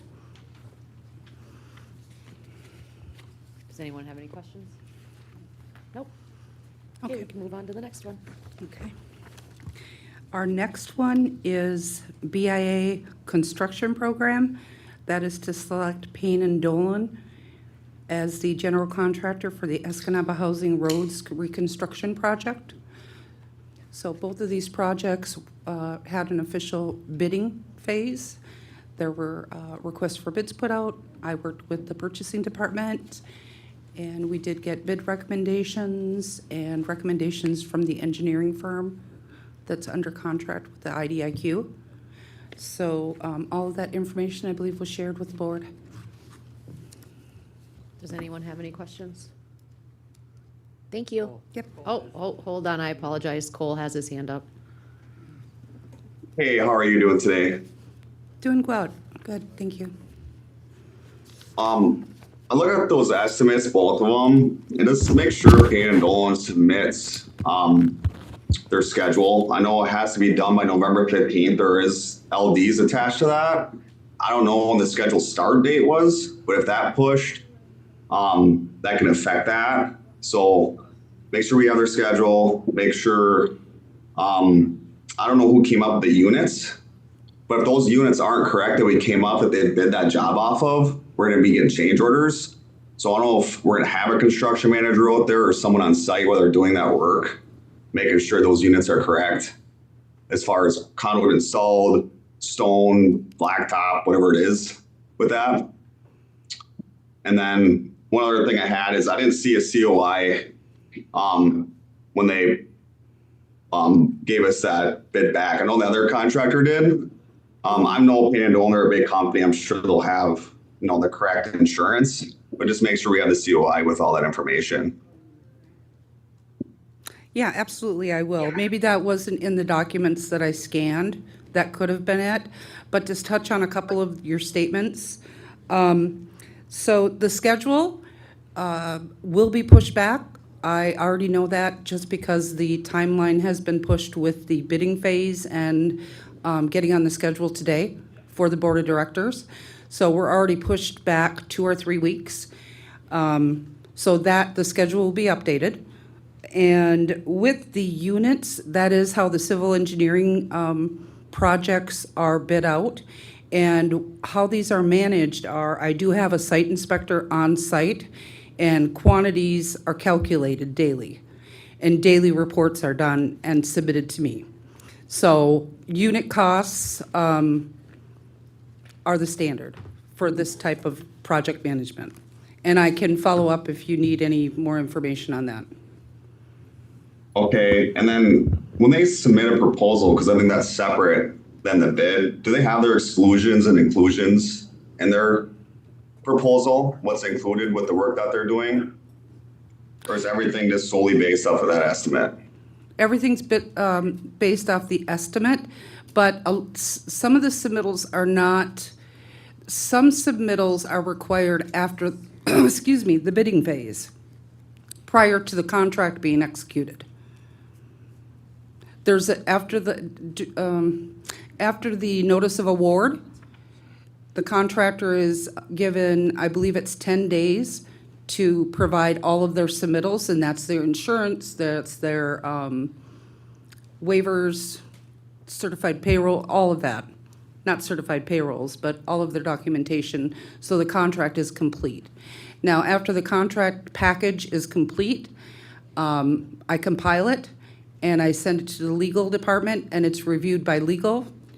One of our staff, senior staff members, senior attorneys, and then they approve the contract package, and then it goes to the chairman for signature. Okay, who reviews those submittals, if you don't mind me asking? Well, I don't have it in front of me right now. It's all fine. You don't have to answer that now. We could shoot me an email later. I was just wondering how that process works, so I appreciate it. I mean, there's several submittals. I mean, we have a standard documentation, and I actually utilize standard contract documents also. EJ, CDC are the standard civil engineering contracts. And I also have AIA, architects, contracting. So my department uses both types of contracts. And we did get, those were purchased in the last 12 months. So, yeah, we used nationally standardized contract documents. We follow federal procurement guidelines, and we do have inspectors on site daily at each project. Yep. No, that's good to hear. Just some submittals will affect that cost, and there was a pretty big cost difference between both contractors. And again, I know the one that we're choosing is a great contractor, and I'm not doubting that. It just want to make sure we're doing our due diligence, and it sounds like we are there. So I appreciate it. Oh, absolutely. Kim Gravel? Cole, I don't know if you know, but when purchasing posts the bids, they're open for us to go see who put in the bids, and we can watch how the process is from that point. I think you can. Yeah, I just learned that, so. Okay. Yeah, I believe that purchasing does send out an email, and they are open for all executives and board of directors. There's a public bid opening, and with my program, all the funds that I manage, they're all federal funds, so I have to follow all federal procurement guidelines in every way, shape, or form. So, and I have to document that for a filing system and for auditing. Run a tight ship. Thank you, Wendy. You're welcome. Ryan and Clarence adopting docking policy.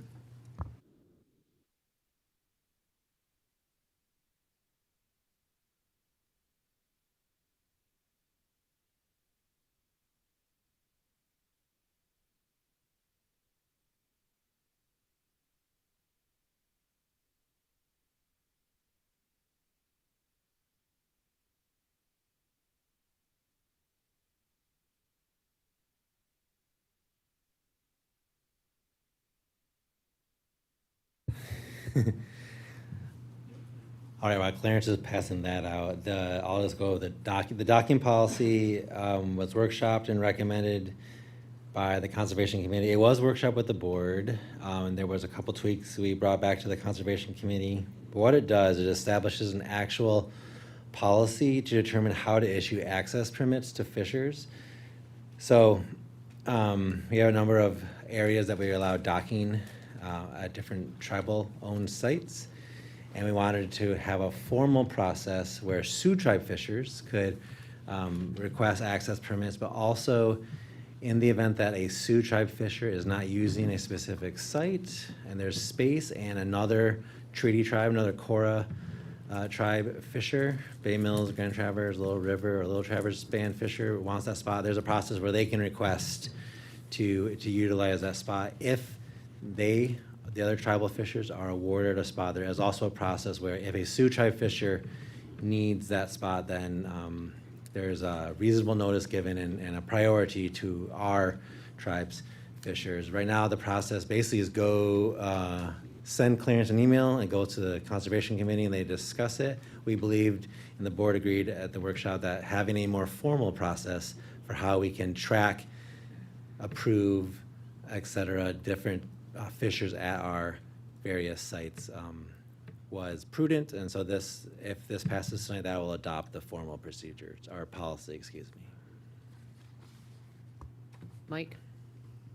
Okay, along those same lines then, is there a provision that you can retract a permit? Like, I'm not seeing it in this docking policy, but Like if someone's violating the law? I'm not gonna say violate, but for whatever reason, if the conservation deems that this permit isn't working out, you guys want to redact that, I mean, is there a provision in there for it? Am I missing it?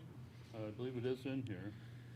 I thought we talked about, that you guys talked about it, because I remember. We have you it guys- right now. Losing my voice from talking earlier, excuse me. Right now, we have it in the policy for if they don't comply with any of the rules of that specific site or any of our laws, then it can be revoked. We don't have we don't have in here right now, Mike, something that can we just decide arbitrarily, for lack of a better word, to revoke it. But if they aren't adhering to our rules or our laws or regulations, or if a Sioux tribe fisher needs that spot or wants that spot, those are the current provisions in here that we could revoke that fisher's access. Okay, so we could issue something out, and so long as they're following the laws. Yeah, and if this is adopted, we also we're gonna implement procedures consistent with this, but one of those things that will be, it's alluded to in here, but it will be fleshed out more in the procedure, is when they get access to whatever site it is, they are also given something that, here's all the rules and regulations, the code provisions, et cetera, that would apply to this specific site, and you have to sign and acknowledge that you will abide by them, or your access will be revoked. Okay, that makes, okay, I understand that. Where will this policy be housed in, or under what, is it gonna be under a code, or is it just separate own policy just kind of floating out there? Yeah, it's not gonna be a code provision. We have law enforcement in conjunction with the conservation committee that has like dual control over this policy. But ultimately, law enforcement would be the agency, or the department, excuse me, that would help enforce it. I guess just at some point then, we may want to consider consolidating if we have other policies out there too, floating that kind of, they're supposed to be enforcing. It probably should be in there, some kind of code, I would think, but for now, I'm perfectly fine with approving this as is, okay? Thanks. I have a suggestion, bulletins.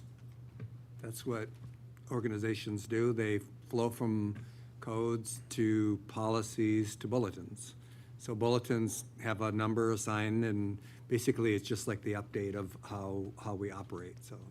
Yeah, we have talked about that like internally, and I agree that'd be good. We also talked with communications about when we get to that point, like helping us like disseminate it to, yeah, but I think it's a good idea, and we have internally discussed a process similar to that. Yeah. Good on that one? Yes. Want me to do 21? Yeah. So chapter 21 changes. I summarized them here, but it's in the resolution. So in the code, chapter 21, Natural Resource Department is changed throughout to Natural Resource Division. The limited firearm deer zone language has been removed. That used to be an area in the Lower Peninsula where members were limited to shotguns, muzzle loaders, and straight-walled cartridge rifles. State of Michigan changed their regulations to allow any caliber rifle in that area, so members will no longer be limited. And that was just a small area in the lower part of the ceded territory. But there were still members down there that were exercising their rights for deer hunting. Fur bearers, members will no longer be required to turn in the whole skull of a fisher, pine marten, bobcat, or otter. Now only the lower jaw will be required to be turned in. Season changes, muskrat season will now be October 1st through April 30th. In the current code, it's October 1st through March 31st. So that's an extra month. Otter season will run October 1st through May 15th in the Upper Peninsula and October 1st through April 15th in the Lower Peninsula. Beaver season will run from October 1st through May 15th in the Upper Peninsula and October 1st through April 30th in the Lower Peninsula. Red squirrel, there will be no closed season. Bag limits, otter will increase. There will be 5 per season available in the Upper Peninsula, 3 per season in the Lower Peninsula. Currently, there's 3 in the Upper Peninsula and 1 in the Lower Peninsula. And also, there will be language added to allow handguns to be an allowable method of harvest for deer and bear. Anyone have any questions? Mike? Just a quick one. My apologies for not being able to attend the last Conservation Committee meeting, but You're there a lot, so there's no apology needed. I try to get there. Yep. On all these changes, were these all supported too by our natural resources? They were actually recommended by them, and then Wanted to make sure. the committee approved them per their recommendations. Thank you, appreciate that. Yep. Anyone else? Thank you. Thank you.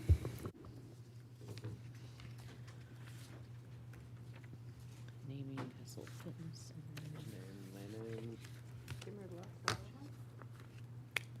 Your guys' resolution, Lana and Kim? The naming. Oh, and then we're adding this one.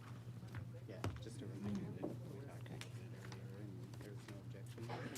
Okay.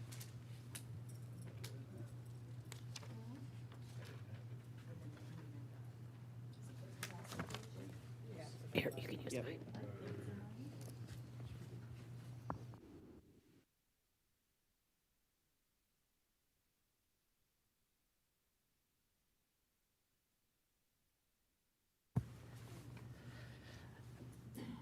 So we just had our soft opening for the new center down in Hessel yesterday, and the community is incredibly excited. Elders, youth, everybody. And so I have always stood on the fact that I don't know that we should name Mother Earth, as that's just borrowed.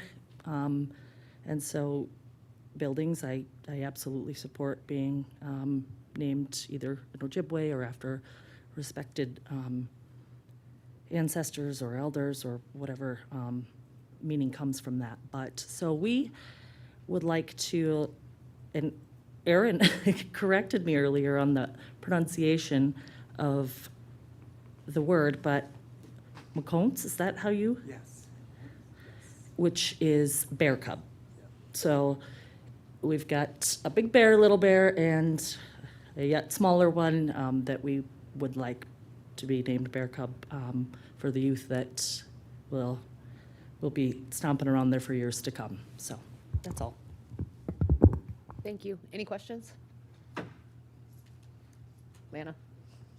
I don't know how you can contain yourself so easily because I am so dang excited.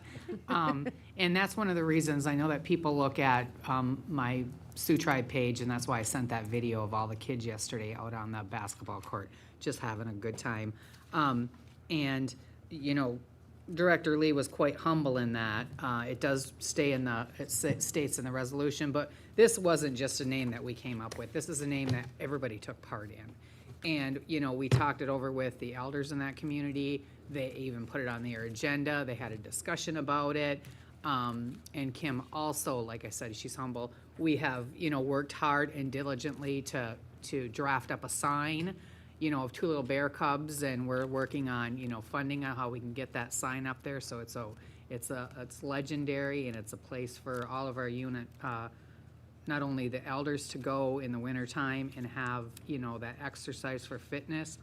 We want to be the leader in wellness in our community, and it's just really an exciting time, and I hope you guys will get a chance to stop down there sometime and look at it. And I just want to thank Director Lee for taking that initiative to really get involved with creating that logo and getting that. And if this does pass by the Board of Directors, for sure Health, YEA, and Facilities will need a copy of that resolution so that they know that the board, because we've been waiting on this to finalize that little last step. So, thank you. All right, thank you, guys. I just want to remind you that we did the partial waiver of conviction, and that is going to be added to the agenda. There was no objections with that earlier. It just as a point of info, though, after we approve the agenda, we'll have to, you'll have to restate that. Yes. No objections adding that.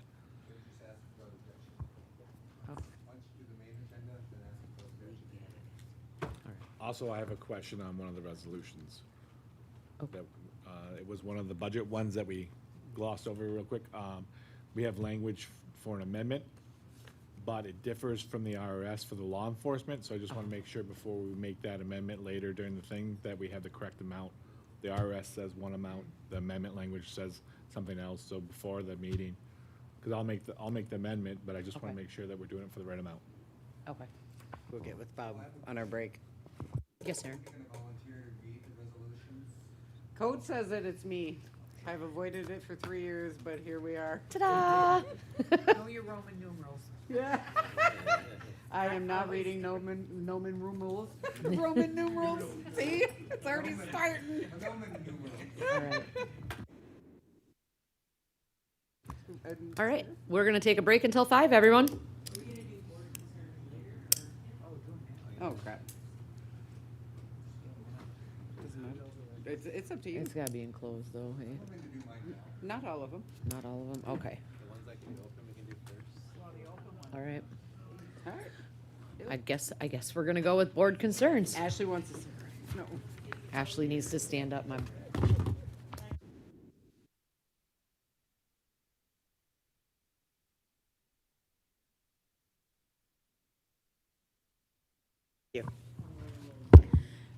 So Jess, this will be for under you. Could we get an update, possibly another workshop to get an update on the Eagles, that discussion we had in regards to the Eagles? If we can have another workshop scheduled to figure out where we're at with that. The other one is an update about Botany Bay. There was going to be some supposed maybe meeting with other divisions in the tribe, as well as I believe the forestry possibly. So I'd like to know where we are at with those two items. Thanks. Sorry, you mind if I jump in quick? For the Eagle stuff, we are speaking more in detail with the other tribes at Cora on August 19th and at the Executive Council with all the parties to USV Michigan on the 20th. So if we can schedule the very next workshop, if there's room after that, we'll have even more information to share with you guys after that. If that works for you, Bridget. Well, that's fine. My concern is that it needs to happen because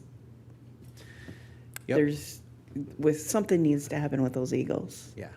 So- The staff shares your concern, and I also want to on another workshop. I think it'd be even more productive if we do it like at the end of August, because we'll have a lot more information to share on our talks between now and then. That's all I wanted to flag for the board. Thanks. Go ahead, Aaron. And to add that this was discussed at Cora, and all the tribes seem to be unified in our approach, so that'll be great. So I already submitted this to Ryan so that he could be prepared to answer it, and the answer is as I thought it was, so it's a good thing. So there's rumors being pushed out there. I think I know where they're coming from, but the rumor is that in the new constitution, that we are going to pass it, once it passes, that anybody who's currently enrolled that is not legitimately enrolled will automatically be grandfathered in and continue to be an enrolled member. And what I suspect is that's not correct, because we have a constitution, we have requirements to be members, and you have to meet those requirements now, and if you don't meet the requirements, you're subject to disenrollment. So I don't think we're doing anything in the amendment that's going to grandfather somebody that's not legally enrolled in the tribe. So, Ryan.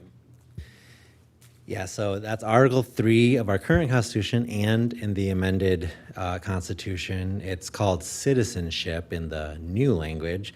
So what was changed in Article 3 was instead of saying membership, it says citizenship. So anywhere tribal member was used, it says tribal citizen now. And the language in question comes from, I think it's C in Article 3. It says all persons enrolled on the citizenship roll of the organization known as the original bands of the Sault Ste. Marie Chippewa Indians who are alive on the date of approval of this Constitution and who are descendants of the original band are enrolled, and per that article, all their descendants are enrollable.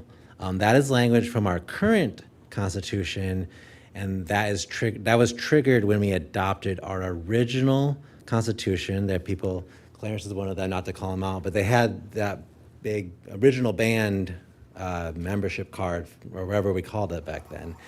And that's old language that was not changed in the amendment. Nothing further triggers if we adopt the new amended codes. It only pertains to that subsection of citizens who already are enrolled and were enrolled in the 70s when we adopted the original Constitution. And nothing in our current amendments grandfather anyone into our code. Article 3 didn't change except for the changing citizen to members. Otherwise, Article 3 is the same. So it's the same criteria that our current membership ordinance uses. So no one's, quote, grandfathered in. Everyone is subject to Article 3 and the current eligibility to be a citizen. The only other change that is going forward is Mackinac Band was added in the draft amendments as a historical band. We currently enroll Mackinac Band members. When the new Constitution is implemented, it will explicitly say Mackinac Band as one of the now 7 historical bands instead of 6. Those were the only changes. Did that answer your question? It does. Yeah.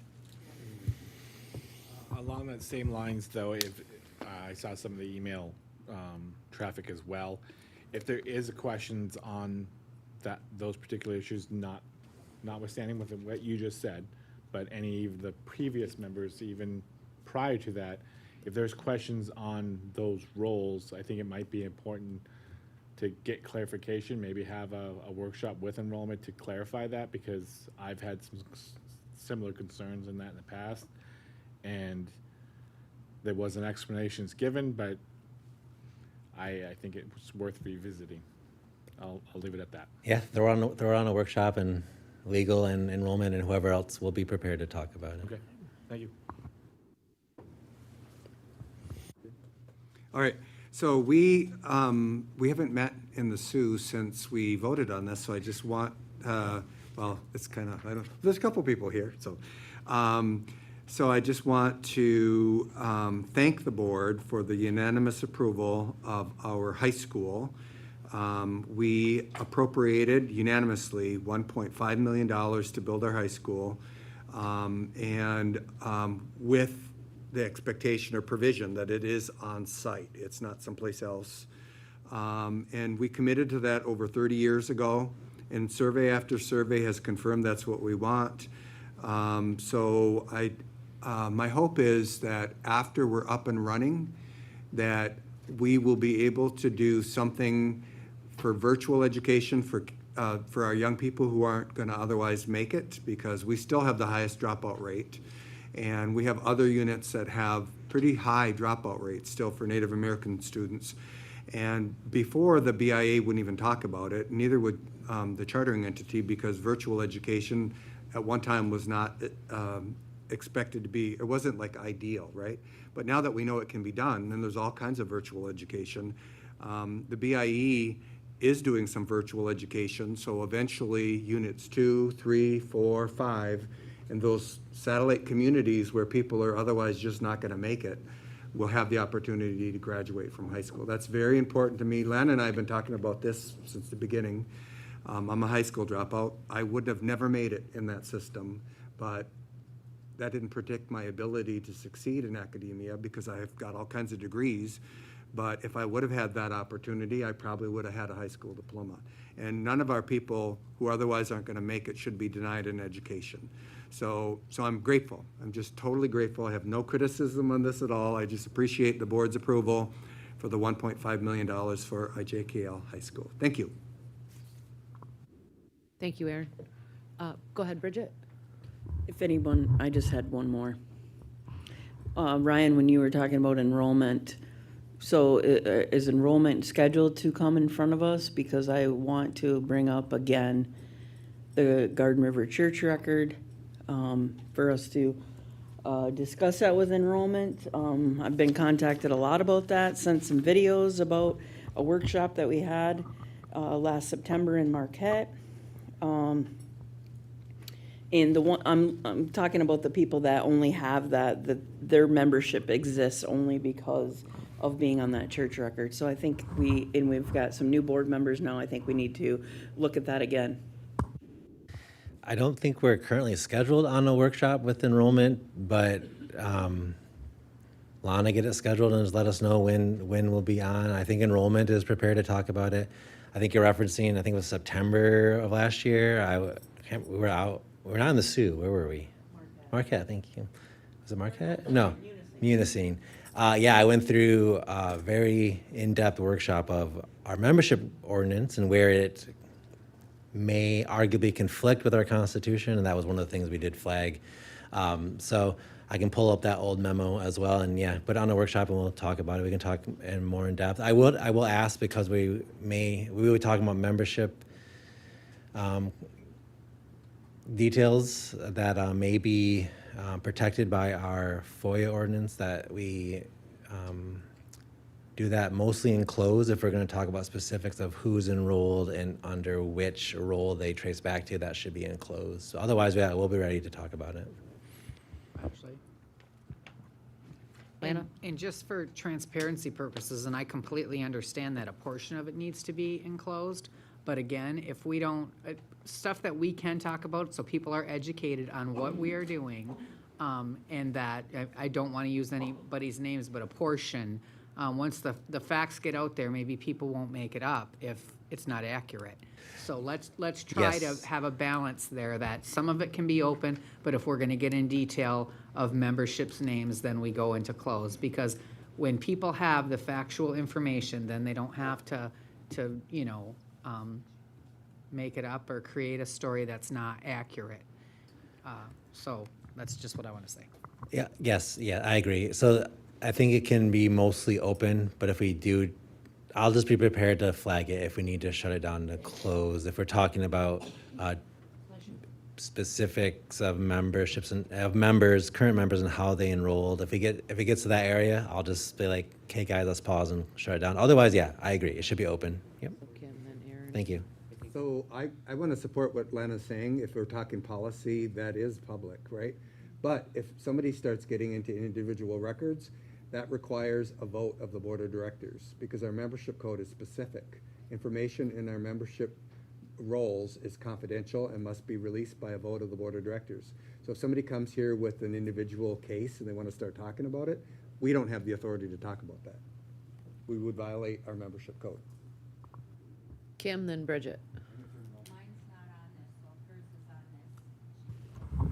Well, I just want to say, I don't know how that worked out, but when families have come in front of us for disenrollment, that was all in a public setting, and they've got to discuss that. So I understand what we're saying, but I also know I mean, I've been very upfront about when my mother and that side of the family was disenrolled, that was all in a public session and it was all discussed. So, there again, there's a fine line there, I think.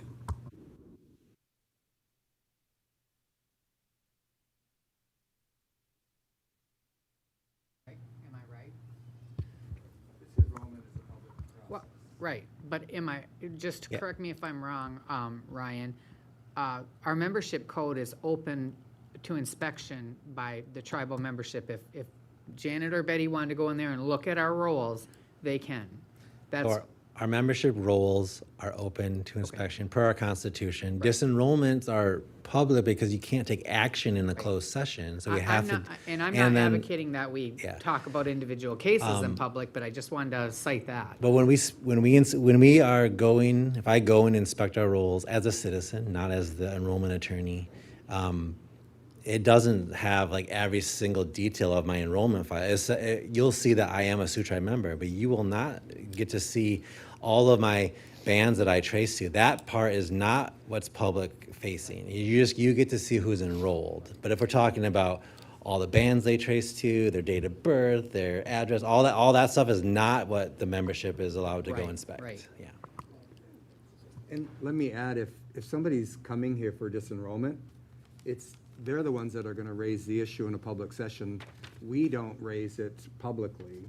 I mean, the travel registrar and enrollment committee review it. If somebody's not eligible, then technically they don't meet the requirements for the protections of membership code anyway. That's kind of like the chicken and egg with the, what is it called? The president trying to remove people, they don't have any rights. But if they're not legitimately enrolled, our procedure, our law requires that to come to the table, whether I like it or not.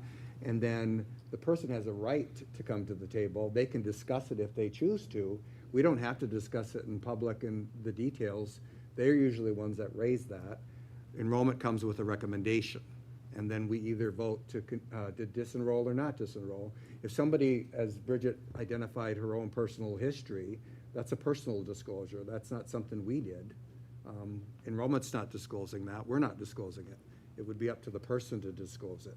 So your information in your membership file is confidential and it is protected information. Yeah, and I didn't say it wasn't, but yeah, okay, yep. Kim Gravel? Okay, my board issue is, and this might be for Ryan, did you see the notice we got from Sinoski about the National Archives closing in the Midwest region? Yeah, we've been. Majority of ours are housed in the Chicago one. Yeah, we've been talking it through a little bit internally through email chatter. I did see that, and I'm gonna flag it more in depth for my executive report. I know I'll be with Austin on the 11th at the Line 5 stuff, but you'll at least see in writing that, and then when I'm next in front of you, we can talk about it more. An argument about it? yeah. Okay. Anyone else?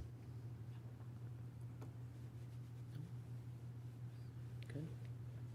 All right, we're gonna break until, Bridget. Can we just, the board, come back at like 5 minutes to have just a quick closed session conversation? Yeah. Right before we start the meeting, thanks. That's fine. Yeah.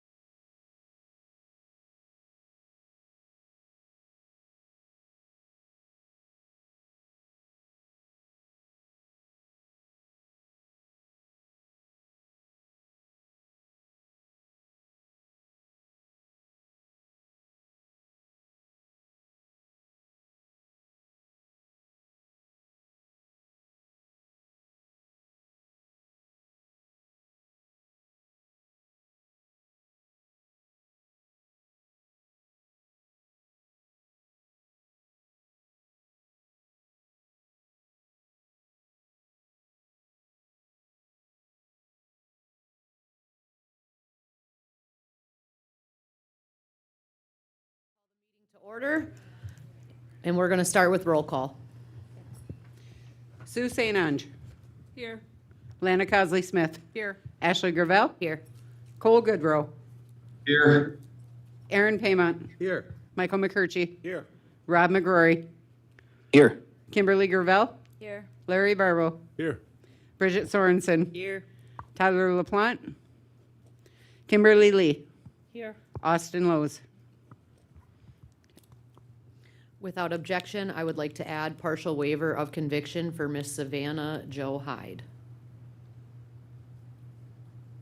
I'd like the motion to excuse both the chairman and We're, Second. No objection first. There's no objection to adding it. no objection to adding partial waiver of conviction for Miss Savannah Jo Hyde. I would like to entertain a motion to excuse Tyler LaPlante and Austin Lowe's. Support. Or motion. So Rob and who? You?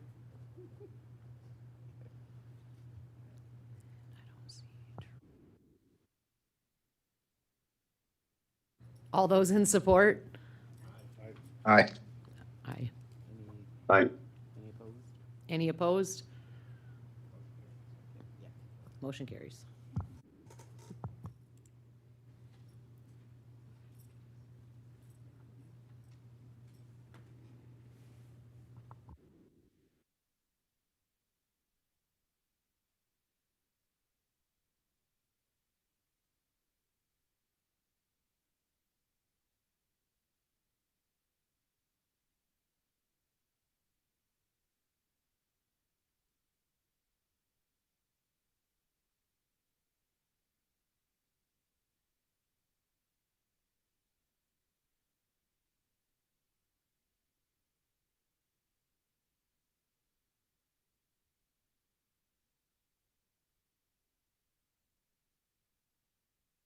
Does he just read the resolutions?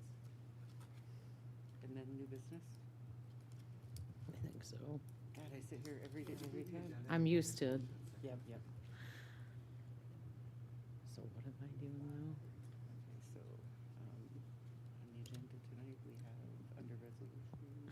On the agenda tonight, under resolutions, we have medical insurance FY26 budget mod, cyber claims establish FY26 budget, elder heating assistance FY26 budget mod, ICWA 2026 FY26 budget mod, ICWA 2027 establish FY27 budget, challenge cost share establish FY27 budget, law enforcement conservation juvenile detention, FY26 budget mod, Marquette nursing, party FY26 budget mods, emergency prep FY26 budget mod, establish FY26, amend bylaws housing authority commission, award contract to Superior Seal Coating, award contract Payne and Dolan, adopting docking policy, amending tribal code chapter 21, naming Hessel Fitness Center, and partial waiver of conviction for Miss Savannah Jo Hyde. And under new business committee resignations. Under new business, we have committee resignations and board concerns. I'd like to make a motion to approve the agenda as read. Second. Oh, shoot, yes, and the minutes And the minutes from July 21st. from July 21st, 2026. Support. We got a first from Aaron and a second from Lana. All those in favor? All those in favor? Aye. All those opposed? Those abstaining? Motion carries. Okay, and then we, He's not out there yet. I'm not sure what happened. Gerard did confirm that he would be here today for the invocation.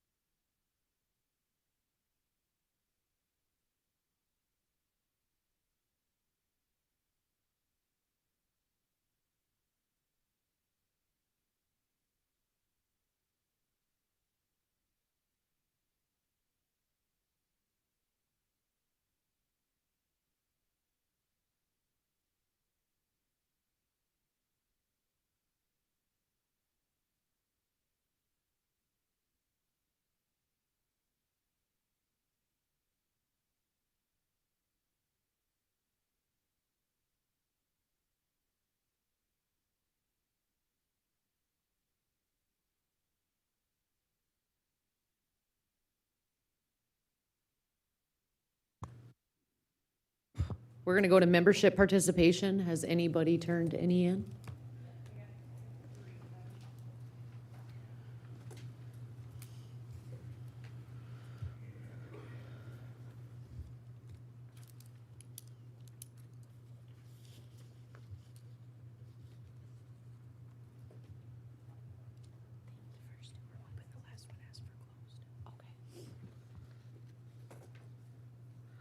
Barb Parker?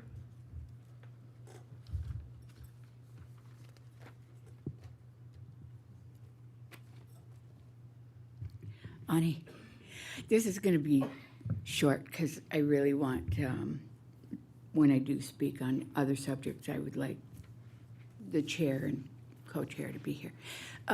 The one thing that I do always bring up is recycle. This morning I went up to where they're building down the street from Jan's house. And I talked to the guys there about recycle because I saw a ton of little boxes up there.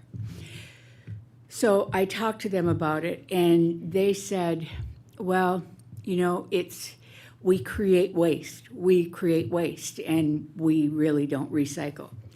So I asked them, I go to recycle once a week. If I come and pick up, could you leave the boxes aside? They had already thrown them in the trash and taken but I did talk to the man from Three Fires, I think his name, or Three Rivers, whatever the construction, really, really nice man. And he said he would talk to them and talk about me being able to pick it up there in the future. I know that's not a big, it's not a fix. But if we could, when we have future vendors, can we talk to them about recycle? Can we talk to vendors about a recycle program, or if they are going to recycle themselves? Because, I mean, not everybody is going to go and say, hey, I'll pick up your boxes. Because they have a ton of them. They have a ton of them. But the two, between Bonacci and the Three Rivers, they're going to talk about me picking up boxes. They're just going to put them aside so that I can pick them up once a week, which is, like I said, not a fix. But if we could talk to the vendors about that when we hire them, if they do recycle, or if they could consider getting recycle bins on site, because they could rent them from the recycle center. They can rent those 3-bay bins and they could get them picked up. So if we could have them do that'd be great. And the other thing that I noticed is they have the picture of the construction, and it looks really good. I took pictures so I could post it so that other people can see what that apartment complex is going to look like. It's really going to be beautiful.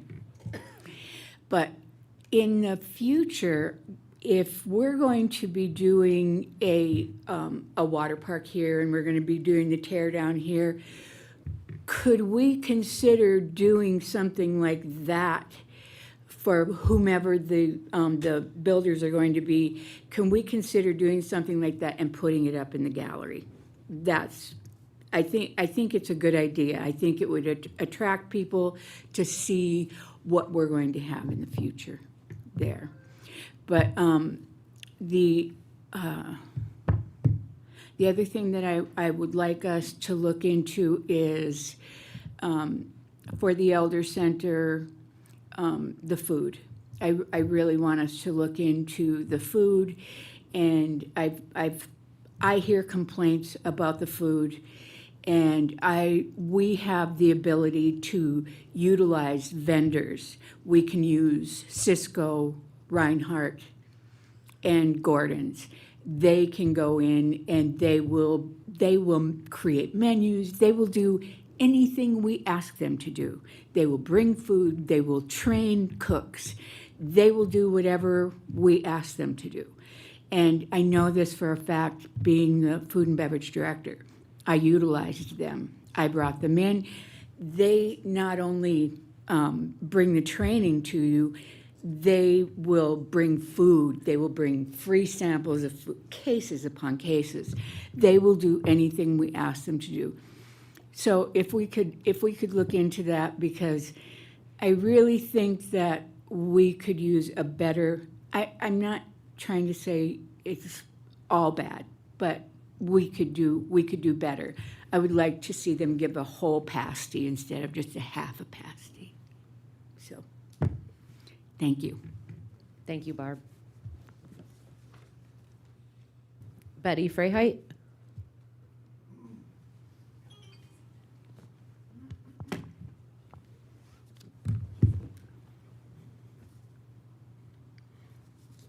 Got my timer set. I've got to monitor my own time here.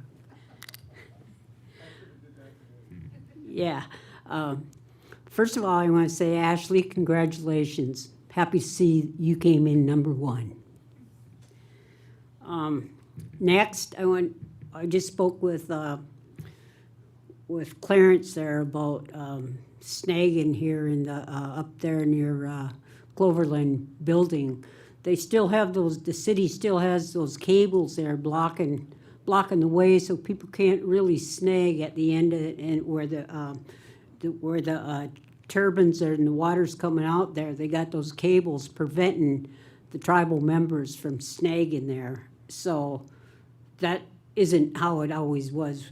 Did you ever snag up there, Mike? I have. It's been a while. Yeah, and so those cables are preventing members from catching the fish that they so rightly have a right to catch. So that's one thing. And let's see what else. And I wanted to talk about enrollment. I'm just a little bit disgusted with the way enrollment's being run over there, because you got tribal members who are receiving their card. All the elders have already received theirs, but there's been people sitting on those rolls for 2 years, even over 2 years, that are not getting their cards because other people are jumping ahead of them. And a lot of times there are people right on this board that are calling enrollment and having an influence on Julie and the staff over there to give people their cards. And I know that for a fact. So even today, and I discussed things with Kim before. Even today, I had a discussion there with the judge that's going to be hired. She just recently received her card, and and that's ahead of hundreds of people that have been waiting. I'm sure that she would not have done that had she known how many hundreds of people who are sitting in front of her. Let's see, what else did I want to talk about?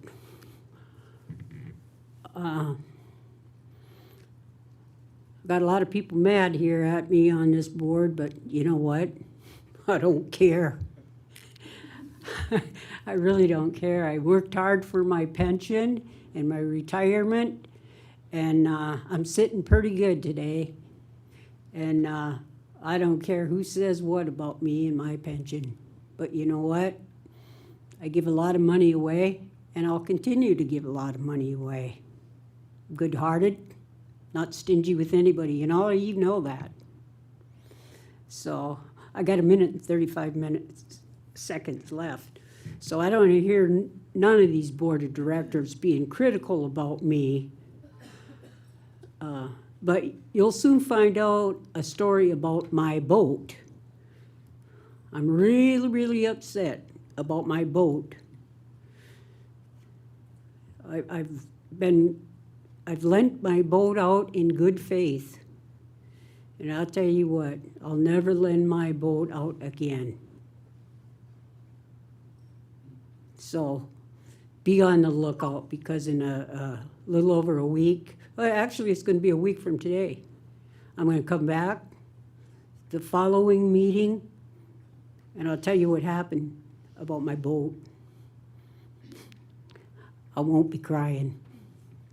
I think that I'll let you go right now, and thanks for listening to me. Thank you, Betty. Whine.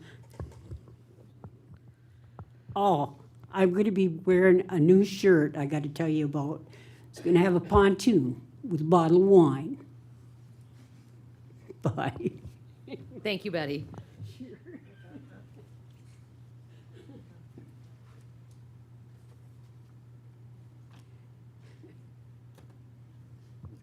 The next one is going to be closed, and I'm going to have Marlene Glazeman come up.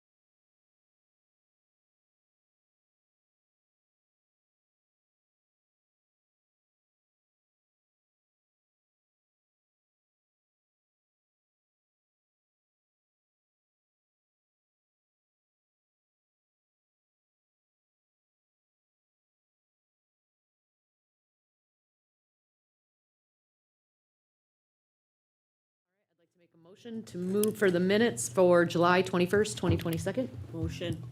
Second. Bridget and Larry?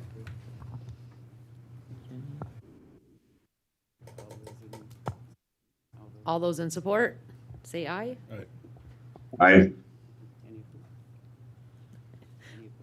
Oh, any opposed? Any abstaining? Motion approved.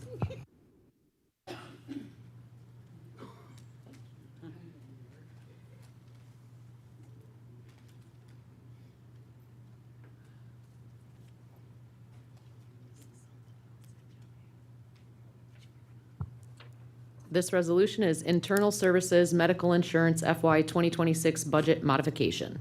Be it resolved that the Board of Directors of the Sault Ste. Marie Tribe of Chippewa Indians hereby approves the FY 2026 budget modification to medical insurance for an increase in the use of fund balance of $3,557,767.48. This budget is funded by other revenue and fund balance. Support.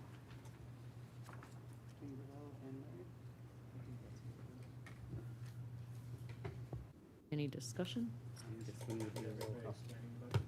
Oh, yeah. Sorry.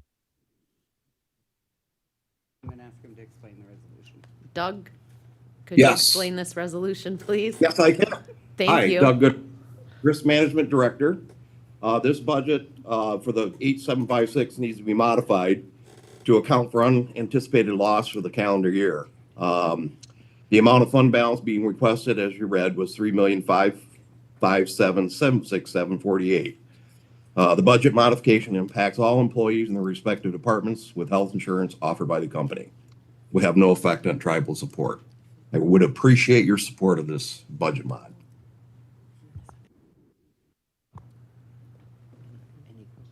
Any questions on this? Mike? I had asked at the workshop what some of the contributing factors, because this is an unprecedented amount that we're having to support. At that point, we were told that a majority of it was expensive medical procedures. But Right. I would like to find out, though, more if this is the trend, if we need to revisit our benefit packages, coverages, and I guess what our plan moving forward is, because we cannot sustain 3.5 million coming out of the fund balance for insurance purposes moving forward. So I would like to know what our plan is. I definitely agree. I'll be coming back at the workshop next week on Tuesday. We're scheduled to have our broker here. We'll have some ideas for you then. We're just trying to head it off. It's possibility it's not going to be this much. That's what we're hoping for. But we want to be prepared just in case, because we have 5 more months to go. So we will have a plan, and I will have a report for you as high-cost claimants. I think that's what you asked for as well, correct? Just what all the trends were that were the contributing factors for this, yes. Well, there's 2 factors. Medical's up and prescriptions are out of sight. So those will be more detailed in our response next week when I come to talk to you.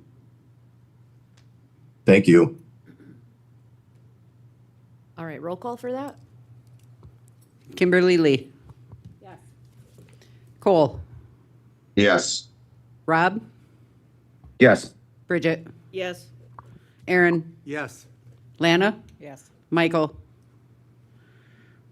No. Larry. Yes. Sue. Yes. Kimberly Gravel. Yes.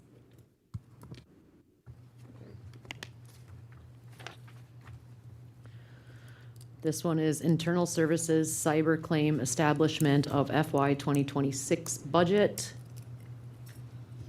Who's this one? Be it resolved that the Board of Directors of the Sault Ste. Marie Tribe of Chippewa Indians hereby approves the establishment of a FY 26 budget for cyber claim with other revenue of $8,040,000. No effect on tribal support. Motion. Support. Motion by Bridget, support by Larry. Sure. All right, Doug, would you like to explain this one? Sure. Yes, again, Doug Goodrow, Risk Management Director. As everybody knows, in February 2025, we had a cyber event. The claim is still ongoing, being processed, and we just needed to establish a budget to rectify or to consolidate and rectify the whole insurance claim. Again, we're receiving money from the company, so from the insurance companies, and things are moving forward. I would appreciate your support of this budget mod resolution. Anybody have any questions? Roll call?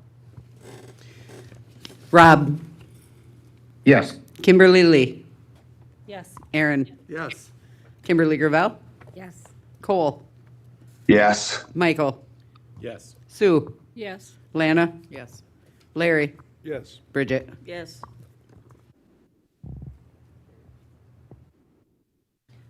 This one is ACFS Elder Heating Assistance FY 2026 Budget Modification, Megan Miller.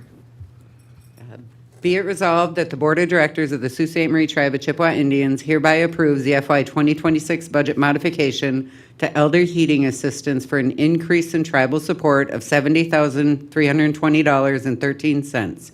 This budget is funded by third-party revenue and tribal support. Motion. Megan, would you like to tell us a little bit about this? Good evening, Megan Miller, Direct Services, Program Director with ACFS.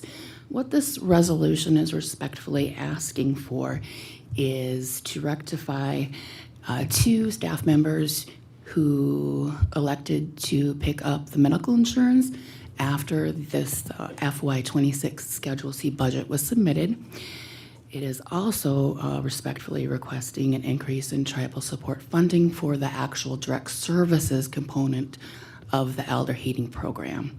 These are individuals who are not income eligible for the LIHEAP program, and of course, they are tribal households that are over the age of 60 to receive that heating benefit to help them heat their home throughout the winter. 60 and over. Thank you. Any questions?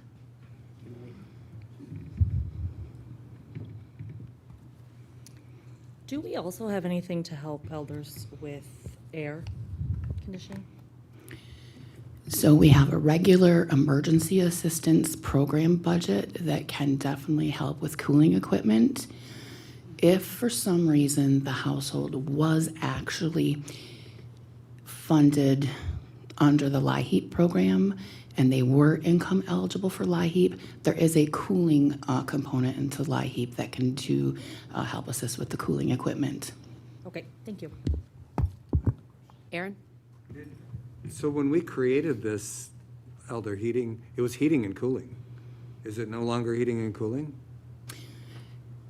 Well, I don't know when it changed, but I can tell you it was prior to 2006. It has been just heating since 2006 when I became a case manager. Perhaps because we have our tribally funded emergency assistance program and our federally funded emergency assistance program that can address that cooling need. That runs out all the time. I think it might have been a budget cut. Yeah, okay. Any other questions? Roll call? Bridget, Yes. Aaron, Yes. Larry, Yes. Kimberly Lee, Yes. Michael, Yes. Kimberly Gravel, Yes. Sue, Yes. Lana, Yes. Cole, Yes. Rob. Yes. ACFS ICWA FY 2026 Budget Modification, and this is Melissa Van Leuven. Be it resolved that the Board of Directors of the Sault Ste. Marie Tribe of Chippewa Indians hereby approves the FY 2026 budget modification to ICWA for a transfer in from opioid settlement funds of $140,000, $140,974.95. This budget is funded by federal BIA revenue and and opioid settlement funds. Motion. Motion. So Bridget and Larry? Yes. Who I heard first? Would you like to tell us a little bit about this? Thank you. I'm Melissa Van Leuven. I'm the Child Placement Program Director for ACFS. This resolution seeks to establish funding to increase staffing in our ICWA monitoring program. The specific staffing increases are a Child Placement Services Manager that will oversee the program directly, an administrative assistant 2 that will be housed within the legal department to provide direct assistance to the ACFS child welfare ICWA attorney, and a Benoji intake specialist to manage the ICWA records, court documents, and to maintain case files. Over the course of our program, we've had some changes that have impacted our caseloads. Back in 2012, the tribes in the state of Michigan worked hard to pass the Michigan Indian Family Preservation Act. And when that was implemented in 2013, we saw our caseloads in those programs essentially double. And over time, they've continued to increase. We've had a couple of high-profile Supreme Court cases that have, whenever there's a discussion at a national level, there's always awareness and an increased effort for compliance. So we've seen our caseloads trend up. And with regard to our own tribal process, we've had a special enrollment, and most recently we have open enrollment, and we also have lineal enrollment. I don't know if I'm saying the word right, but all of those factors have led to an increase of caseloads over time. They also have added to the complexity of the legal issues that surround our ICWA cases. There's a lot of sovereignty-based issues that go along with the work in the ICWA programs. Right now, we have average of 500 cases per year. Current caseload, we have caseloads that are spread across 23 different states, and the majority of our cases are here in Michigan, and they're spread across 32 different counties. So we are working all over the place in a variety of jurisdictions. It's very important to our tribe, and always has been, that we maintain those connections, that we work with our families and children to make sure they have the protections that the statutes provide, and also make sure that our tribal sovereignty is protected. So we are respectfully asking to increase program support so that we can maintain those services. Thank you. Any questions? Roll call. Oh. Mike, then Lana? One, I completely support this. I think it's one of the things that we need to be able to have our own tribal social service programs. I will, however, like to see, and this doesn't go on you, this goes back to the opiate funds. I think we need to have a broader discussion and a workshop on where all the opiate funds are earmarked right now, because they're going to run out. So we just have to make sure that we are planning where the opiate funds are coming from, and if they're not earmarked for anything. So just make sure that we put that on an upcoming workshop. And thank you for this, because I would hate to see the day when we have to, because you guys do an excellent job of balancing it, because like you said, the casework, but at some point, if we ever had to decide that we can't intervene because of cost, I'd hate to see that day. So you guys keep up the good work. Thank you. Lana? So I did, and I agree with Mike on having that discussion with the opioid settlement funds, because we had, conversations about that last week in workshops with some needs there with our substance abuse in the clinic. So with that being said, I did see in the description that there's a note that legal did review and that this was out of the funds. What I didn't see is the signature on the IRS, and I know that there's no signature there from them, and I know we've had this conversation in the past, so I started looking through the resolutions, and some of them have it, and some of them don't. So, and it does say on there if required, but some of them are money and some of it's not. But I do believe that there should be, a line item for them. If they had to go through legal, it should be on there for them to sign it.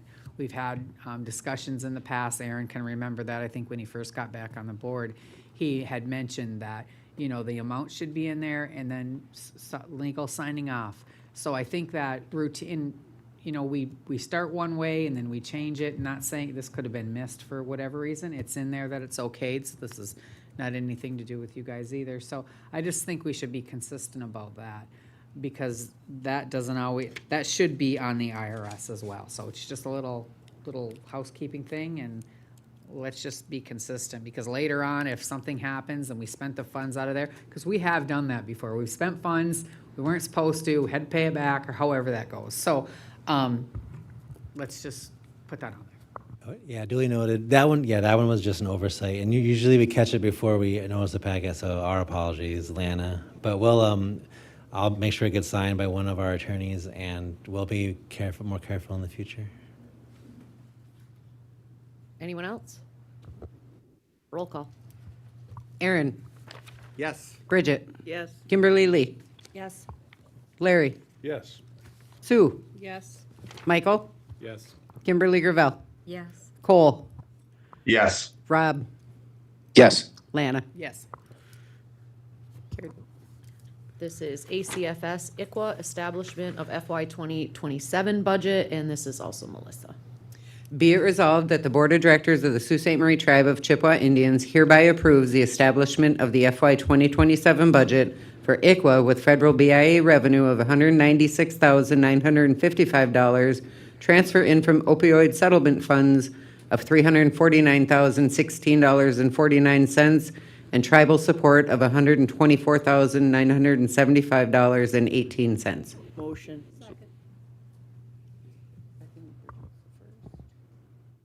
All right, Melissa, you want to tell us a little bit about this one? Thank you. This resolution just seeks to establish the same budget for FY 2027, which it encompasses the entire budget for this cost center. Any questions? Roll call. Kimberly Gravel, Yes. Cole, Yes. Lana, Yes. Bridget, Yes. Rob, Yes. Larry, Yes. Kimberly Lee, Yes. Aaron, Yes. Michael, Sue. Yes. Thank you, Melissa. Thank you so much, everyone. We appreciate it. This one is Natural Resources Division Challenge Cost Share Establishment of FY 2027 budget, and this is Katie Schultz. Be it resolved that the Board of Directors of the Sault Ste. Marie Tribe of Chippewa Indians hereby approves the establishment of a FY 2027 budget for challenge cost share with federal USDA revenue of $24,989.90, no effect on tribal support. Motion. Support. Katie, you want to tell us a little bit about this? Yeah, so through this agreement with the Forest Service, we're looking at lowland ecological systems, and we're hoping to have improved forest planning and management on the Hiawatha National Forest. We're specifically looking at resiliency in lowland forests, looking at northern white cedar, tamarack, black ash, black spruce, and other lowland species. Any questions for? All those in support? Say Aye. aye. Aye. Those objecting? Those abstaining? Motion carries. Thank you all. Thank you, Katie. This is law enforcement. Ooh. Conservation Management, Public Safety and Juvenile Detention Center, FY 2026 budget mod, and this is Bob Marchand, please. Okay. Be it resolved that the Board of Directors of the Sault Ste. Marie Tribe of Chippewa Indians hereby approves the FY 2026 budget modification to conservation management to add in the transfer in from opioid settlement funds of $49,722.70. This budget is funded by federal BIA revenue, other revenue, and opioid settlement funds. Be it further resolved that the Board of Directors of the Sault Ste. Marie Tribe of Chippewa Indians hereby approves the FY 2026 budget modification to public safety to add in the transfer in from opioid settlement funds of $24,516.03. This budget is funded by federal BIA revenue, other revenue, and opioid settlement funds. Be it finally resolved that the Board of Directors of the Sault Ste. Marie Tribe of Chippewa Indians hereby approves the FY 2026 budget modification to Juvenile Detention Center to add in the transfer in from opioid settlement funds of $23,141.28. This budget is funded by federal BIA revenue and opioid settlement funds. Motion.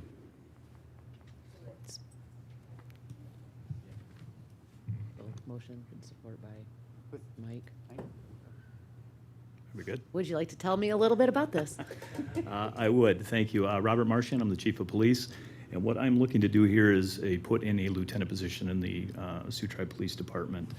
So I am requesting the opioid settlement funds to cover and to modify this budget tonight, to put it into the budget for the 2026. Any questions? Mike? My understanding is that there's an amendment needed, so I wanted to make sure the amount before I make the language for that. Was it 400 or 450? 400. Okay, so with that being said, I will motion to amend that it says, be it finally resolved that the Board of Directors of the Sault Ste. Marie Tribe of Chippewa Indians hereby obligates $400,000 of opiate settlement funds to be split in 2027 and 2028 for the same purposes as detailed in the attached IRS. Support. Yep. Of course, but without objection, or you can do. Bridget had a question. Bridget? I think we're gonna vote on the amendment first, but, oh, okay. Okay. Without objection, can we add this amendment? Okay, Brian, I guess. Do you know if, this opioid settlement dollars could be used for like a school resource officer for other communities? You don't have to answer that, but can we get an answer for it? Yeah, I'll get you an answer for that. All right, thanks. Anyone else got questions? Kimley? For the detention center, have you found an administrator yet for that? Pardon me? Is there an administrator yet for the detention center? I have 2 interviews for next week. Okay, nice. And I know we had a conversation about retaining and recruitment of officers as well, and obviously that's not part of this. Are you guys working on that as well? Yes, we're already scheduled for the board on August 18th to specifically address the detention. Perfect, thank you. Yep. I just want to say thanks for coming in. I've been able to work with your department in different capacities, and I praise Sioux Tribe a lot. Their law enforcement is top-notch, and I'll continue to say that because I've worked with multiple other agencies in the area, and not that they're bad or any of that, but your guys are trained amazingly. I've seen them stop stores to just visit with kids, pick up candy, and I'm in full support of this, and I really hope it goes through for you. Appreciate that, thank you. Roll call, please. Larry. Yes. Kimberly Gravel. Yes. Lana. Yes. Bridget. Yes. Aaron. Yes. Cole. Yes. Sue. Yes. Rob. Yes. Kimberly Lee. Yes. Michael. Yes. Carried. Thank you, appreciate it. Oops. This is the Health Division Marquette Medical Nursing and Third-Party Revenue FY 2026 budget modification, and this is going to be with Marlene Gleesman. Be it resolved that the Board of Directors of the Sault Ste. Marie Tribe of Chippewa Indians hereby approves the FY 2026 budget modification to Marquette Medical Nursing for a decrease in the transfer in of third-party revenue of $169,326.67. This modification is for changes to the personnel page. This budget is funded by federal IHS and third-party revenue. Be it further resolved that the Board of Directors of the Sault Ste. Marie Tribe of Chippewa Indians hereby approves the FY 2026 budget modification to third-party revenue to decrease the transfer out of funds to Marquette Medical Nursing by $169,326.67. This budget is funded by other revenue and fund balance. Motion. All right, you tell us a little bit about this?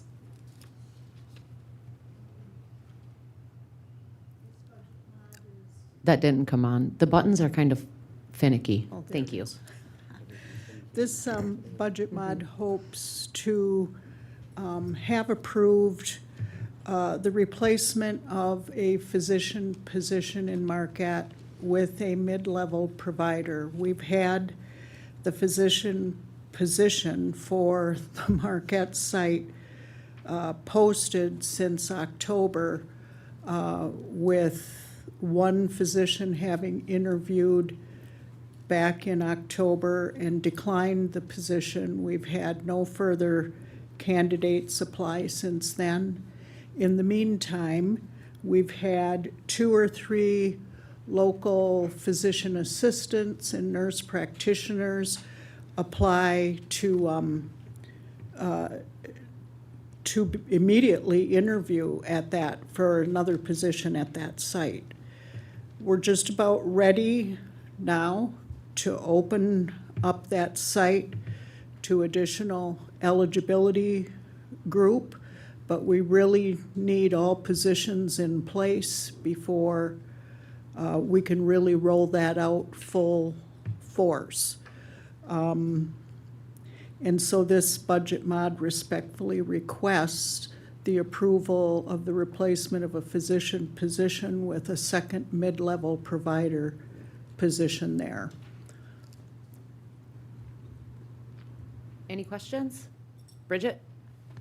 Do you know, have we gotten any feedback, whether it's because of wages or anything? Because a lot of times we hear that people don't want to come to the rural area, but when we're looking at Marquette, that's a fairly good size little city there, that I would think that people might be jumping on going to the Marquette clinic rather than some of our other smaller ones.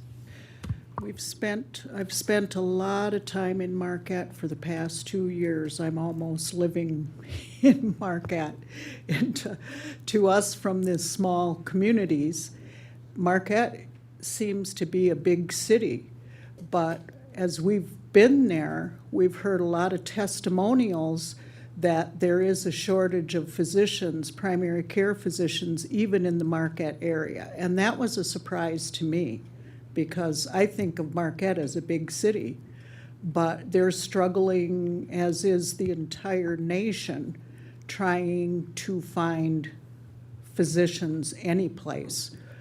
And I used to manage all 5 tribal health centers out west, as a lot of people know, and we've been, I think it's 8 years now, without a physician at the Manistee site.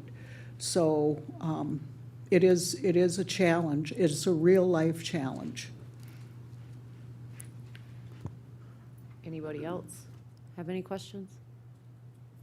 Roll call? Larry? Yes. Michael? Bridget? Yes. Sue? Yes. Rob? Yes. Kimberly Gravel? Yes. Cole? Yes. Kimberly Lee? Yes. Lana? Yes. Aaron? Yes. Carried. Thank you. Thank you. The next one will be Health Division Emergency Preparedness FY 2026 Budget Modification and Establishment of FY 2026 Budget, and this is Heather Kerfoot? Kerfoot, Okay. you got it. Be it resolved that the Board of Directors of the Sault Ste. Marie Tribe of Chippewa Indians hereby approves the FY 2026 budget modification to emergency preparedness 3971 for a decrease in State of Michigan revenue of $15,662.46, no effect on tribal support. This budget is funded by State of Michigan revenue. Be it further resolved that the Board of Directors of the Sault Ste. Marie Tribe of Chippewa Indians hereby approves the establishment of a FY 2026 budget for emergency preparedness 3970 with State of Michigan revenue of $15,760, no effect on tribal support. Motion.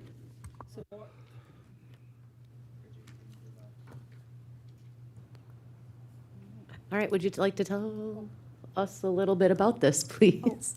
Hello, everybody. My name is Heather Kerfoot. I'm the operations manager for the Sioux Tribe Health Division.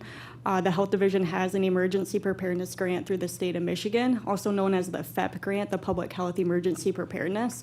This grant is split into essentially 2 cycles, from October until June and then July until September. We are respectfully requesting the board to approve the budget mod for the fiscal year 26 FEP budget, and then establishment of the fiscal year 26 budget. So essentially moving funds from the October to June into the July to September. Thank you. Lana, did you have something? And I think I asked this question when we first started talking about it in Lansing. I don't believe you were there. I was on Zoom, no, yeah. Yeah. Yeah. So I had asked the question about this assisting with governmental procedures as well.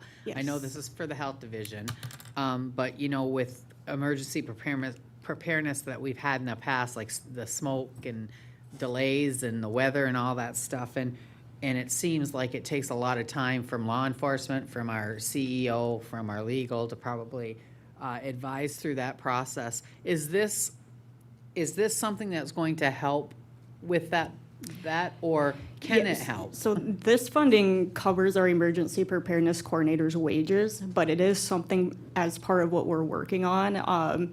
We have established emergency preparedness plans in the health division for each site. So all of our clinics and centers or any site under the health division. And I remember you had asked about the air quality situation we were experiencing. And since the meeting, we've taken steps towards establishing protocols. We've partnered with Robin Bouchard, the Sioux Tribe Environmental Program Manager. She sent us an intake template, a wildfire smoke intake template. So I've had each site manager complete that. It's very detailed. It's about 10 pages. It breaks down what are your programs and services? What's the foot traffic? Where are the points of entry? So it really digs deep into each site and the problem areas. How are we going to develop protocols based on sensitive groups? If the levels are unhealthy or hazardous, but really leaning on Robin and her team to give us those recommendations based on each site. So many of the sites have given her the template. I gave a due date, I think, of actually tomorrow to get it done. So yeah, we're taking great steps. I think this is something, if the health division develops a template or procedures, that we could make it governmental wide, and we would be happy to, I guess, present it to the board if willing. So. Well, and I just think the communication and the assistance should, and like, I don't want to belabor this, but that, the communication and that plan, if we get this funding and it can expand out, so, because I know that when those things happen, we're constantly on the phone with the executives because, we're getting calls and the things that are happening. Anything to make that easier so they're not. Speedy, yeah. Yeah, exactly quick, right. Okay. yeah. All right, thank you. Appreciate that. Any other questions? All right, hearing none. Those in support signify by saying aye. Aye. Those opposed? Aye. Those abstaining? Motion carries. Thank you. Thank you. Amending bylaws of the Sault Ste. Marie Tribe of Chippewa Indians Housing Authority Commission, and this is Maria Mangin. Now therefore be it resolved that the Board of Directors of the Sault Ste. Marie Tribe of Chippewa Indians hereby approves the attached amended bylaws of the Sault Ste. Marie Tribe of Chippewa Indians Housing Authority Commission. Motion.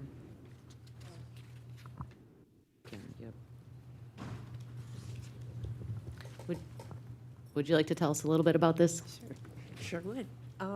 So the Housing Commission, on their June 1st meeting, voted to amend the bylaws to align with Tribal Code 90, enabling them to employ the executive director, technical and maintenance personnel, and other officers and employees that the authority needs to operate.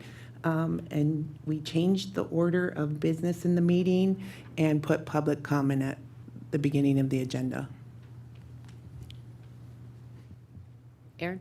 I just want to say that I appreciate listening to the members, because members brought that issue to this table, and hearing from, when we're public entities, that should be always the first thing on the agenda, to listen to people.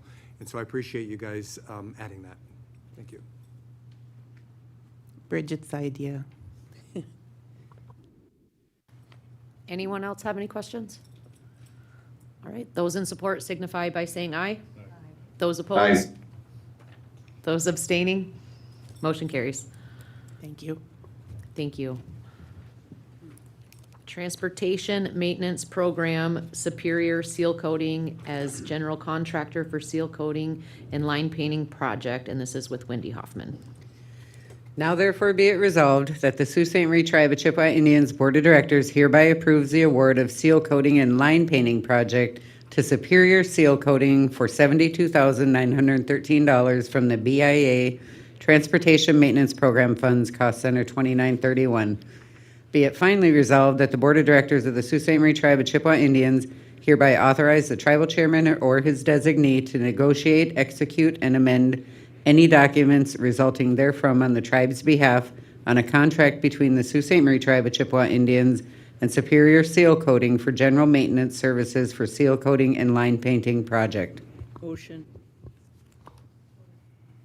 Motion by Bridget, support by Kim Gerval. Evening. This resolution is requesting authorization to award the seal coating project to Superior Seal Coating. This project is funded under the Bureau of Indian Affairs Program, Maintenance Cost Center, 2931. The project was put out to bid. We did run a full bidding, full proposal process. Any questions? None? Roll call. Kimberly Lee. Cole. Yes. Rob. Yes. Bridget. Aaron. Lana. Yes. Michael. Yes. Larry. Yes. Sue. Yes. Kimberly Gravel. Yes.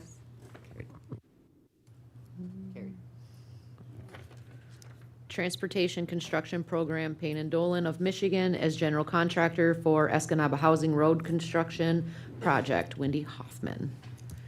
Now therefore be it resolved that the Sault Ste. Marie Tribe of Chippewa Indians Board of Directors hereby approves the award of Escanaba Housing Roads Reconstruction Project to Payne and Dolan, Inc. for $755,116 from the BIA Tribal Transportation Construction Program Funds, Cost Center 2932. Be it finally resolved that the Board of Directors of the Sault Ste. Marie Tribe of Chippewa Indians hereby authorizes the tribal chairman or his designee to negotiate, execute, and amend any documents resulting therefrom on the tribe's behalf on a contract between the Sault Ste. Marie Tribe of Chippewa Indians and Payne and Dolan, Inc. for general contracting services for Escanaba Housing Roads Reconstruction Project. Motion. Support. Tell us a little bit about this one, Wendy. Yes, we are respectfully asking for authorization to award Payne and Dolan, the Payne and Dolan of Michigan, the contract for the Escanaba housing site. The project will include excavation, utilities, replacement of HMA, and sidewalk. This project did go through the full public bidding process, and there were bid recommendations from the engineering firm, the design firm, and the purchasing department. Anybody have any questions? Roll call. Michael. Kimberly Gravel. Yes. Sue. Yes. Aaron. Yes. Bridget. Yes. Cole. Yes. Lana. Yes. Rob. Yes. Kimberly Lee. Yes. Larry. Yes. Thank you. And this one is adopting docking policy. And it's Mr. Frazier. Clarence. Who did? Why did I go? Now therefore be it resolved that the Board of Directors of the Sault Ste. Marie Tribe of Chippewa Indians hereby adopts the attached docking policy. Be it finally resolved that the docking policy shall become effective immediately. Motion. Support. Tell us a little bit about this one. Go ahead. This was workshopped with both the Conservation Committee multiple times and once with the Board of Directors. This is to establish a more formal process for when tribal fishers, either Sioux Tribe or other treaty tribe fishers, want to dock or moor at any of our Sioux Tribe-owned properties. Right now, the process is they go to the Conservation Committee and it gets approved.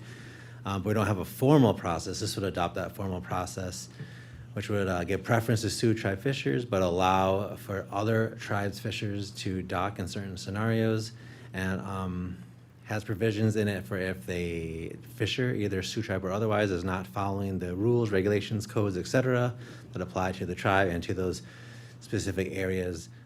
The access to those areas can be revoked. Bridget?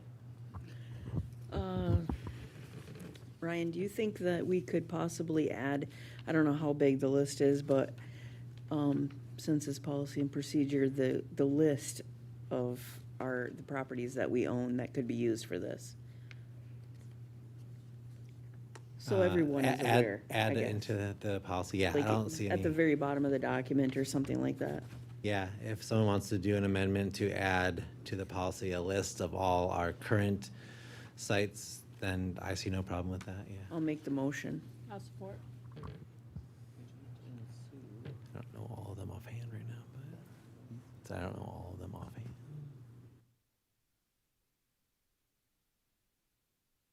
Any objection?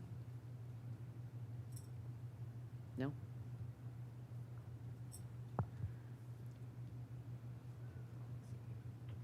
Yes. Kim Lee?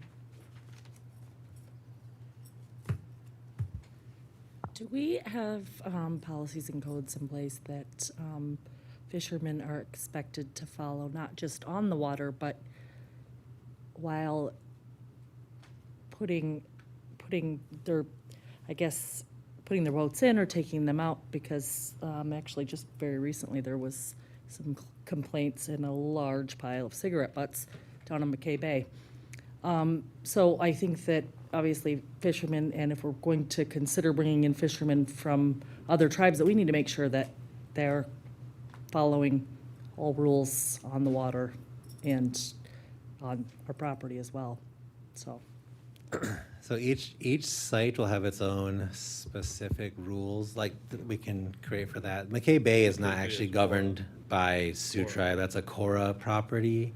So I don't know offhand, I have to check what rules are posted there. But certainly for the ones we own, yes, we can make sure that, it's not in code, but we can put that in the regulations for each docking area, yes. That'd be great, thank you. Okay, yeah, send it to me. Anybody else have any questions? Those in support signify by saying aye. Aye. Those opposed? Those abstaining? Motion carries. Amending Tribal Code, Chapter 21, Hunting and Inland Fishing Conservation Committee. Now therefore be it resolved that the Board of Directors of the Sault Ste. Marie Tribe of Chippewa Indians hereby adopts the attached amendments to Chapter 21, Hunting and Inland Fishing. Motion. Support. Good evening, Board. Clarence Hudak here, Sioux Tribe Conservation Committee Chairman. The committee, with some guidance by the Natural Resources Division, went into the code and cleaned up some things that needed to be cleaned up, and also adjusted some season changes through the advice of the division, and some bag limits. I mean, pretty straightforward. Natural Resource Department will be changed to Natural Resource Division. Striking the limited firearm deer zone language, that's removed now because the state of Michigan took it out, so tribal members are not going to be any more restricted than that. Fur bearers, there's some season changes, and bag limits. Otter went from 5 in the UP and 3 in the Lower Peninsula to, I'm sorry, they went from 3 in the Upper Peninsula and 1 in the Lower Peninsula to 5 in the Upper Peninsula and 3 in the Lower Peninsula. And also handguns are now allowable, would be allowable for harvest of deer and bear. Anybody have any questions? I'd like to thank also Katie Schultz did a lot of the work on getting these seasons in line with when the state started changing theirs. They're not very communicative with our division, and she really worked hard to get these to us, so we support them. Thank you. Those in support signify by saying. Sorry, Rob had his hand up. Oh, I didn't Sorry. see it. Sorry, go ahead, Rob. Clarence, with that, the handgun guns being usable for bear and deer, is there a caliber restriction? Yeah, it's got to be over a 22, I believe. I don't have it in front of me, but Okay, thank Yep. you. larger than a 22, I believe. Anybody else? Kim, Gravel? Will these be published in the tribal paper? I don't think normally we Don't do that? don't usually put the tribal code, do we? We don't usually do that. I mean, yeah, we could do it. I mean, Probably be a good thing. I don't know.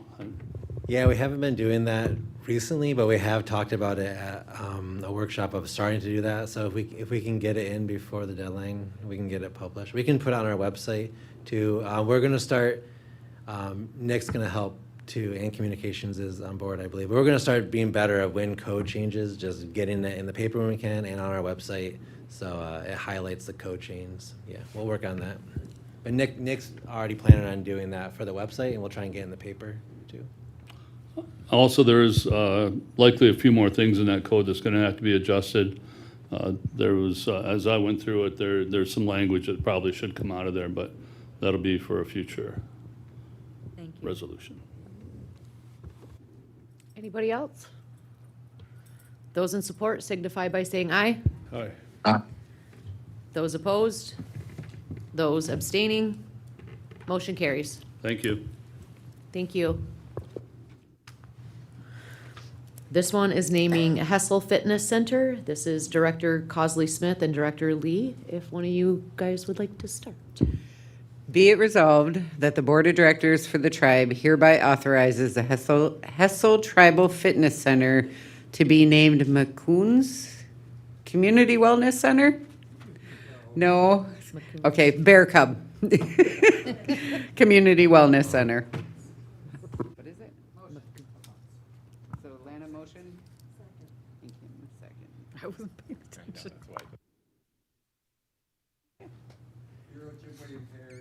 Very much so. Sorry. I thought I was doing good. McCoons. McCoons. That's how it was told to me. Lana, Kim, one of you guys want to talk about this? So we, I guess, started building our center May 5th. We broke ground for it of last year. So anticipating it opening, it took quite a while, and we got a lot of grief for it because everybody was so excited. And we have consulted with our elders and who obviously are equally as excited as the 20 children that we heard running around there just yesterday. And so we would like to name it McCoon's after Baby Bear or Bear Cub, because there is children's laughter and bear cubs and all of that just brings so much healing and medicine. I think that it's going to be a great space for it. So that's it. Anybody have any questions? Lana? I have a comment, yeah. Like Kim said, we waited a long time for this, and it's finally done. We had our grand opening yesterday, and we're going to have an official ribbon cutting on the 20th with our tribal youth. And we attended many meetings with the Hessel elders, and, we went through and drafted up. Kim took the liberty to take that on, and we're really excited about that. We want to, everybody up here knows, that you go to Naganagizik, it's Ojibwe, it's identity, and that's what we want. We want that same recognition down in that area of our Ojibwe heritage, by naming it an Ojibwe name and being a leader in wellness down there, first for tribal members, second for the tribal community. So we're really excited about that, and we just hope that the Board of Directors and any staff do attend our ribbon cutting when the YEA has it. And if this resolution does pass, to make sure that YEA Health and Facilities get a copy so that they know that, because we've been waiting, and Wendy, because we've been waiting on a couple of things, in order to get some other technical things for that identity to be shared. So appreciate that. Rob? I just want to be clear when so I vote no on these, and it's not because I have an issue with the name or disagree or anything like that. It's because I believe that these, and they have, and not saying this one does, but these sometimes turn political, and I just don't think that the board is the proper body to be naming Buildings, I believe it should come from a committee of membership, so I vote no, but it's not to be disrespectful or because I disagree with the choosing of the name. It's just based on my principle and what I believe, where the naming should come from, and I think that's from the membership. Lana? Well, and I recognize that you've said that before, Rob, and I respect and appreciate that, but we did go out with our community to do this, but I completely understand where you're coming from. But I did want to let you know that that is something that, is demonstrated in their minutes, and, that we sought that input, and it's not to, it is simply, I guess what we didn't say is, we have Big Bear, we have Little Bear, and now we have this infant bear of the young people. So that's why. So if that can't change your mind, my boy, I don't know anything that can. But I do respect your position on that. Thank you, Lana. And it has absolutely nothing to do with the name. I actually love the name. It's just on principle of where I believe that Right. that should come from. I get it. Thank you. Anybody else? Aaron? I'm just happy that you guys got this finally. I saw the pictures today, and the first thing I said to you was with the gymnasium, that's gonna be full of kids. And you just said that it's already full of kids, so it's wonderful. Anybody else? Any questions, comments? All right, those in support signify by saying aye. Aye. Those opposed? Aye. Those abstaining? Motion carries.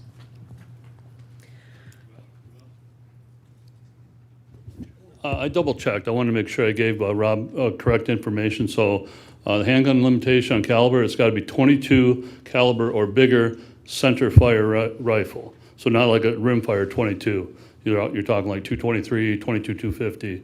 So something like that. Not like a little 22 long rifle. Thanks. Rob, you get Yep, that? got it. Appreciate it, Clarence.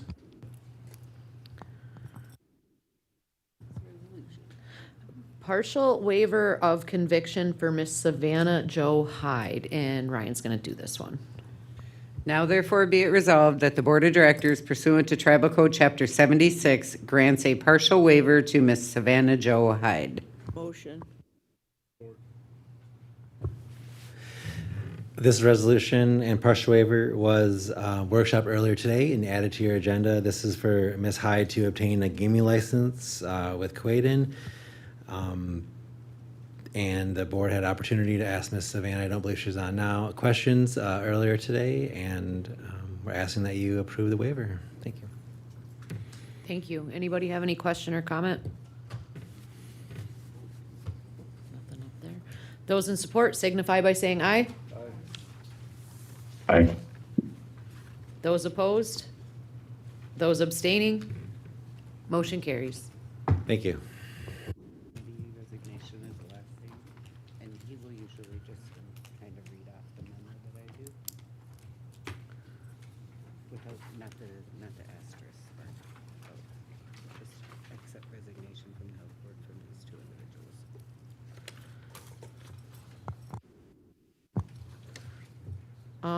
Under new business, it's committee resignations, health board, and that is for Patrick Frazier, member resignation term expiring May 2027, and Judy LaJoy, member resignation term expiring September 2027. Motion.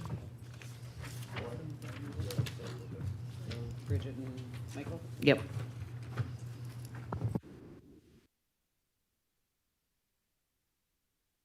All those in favor?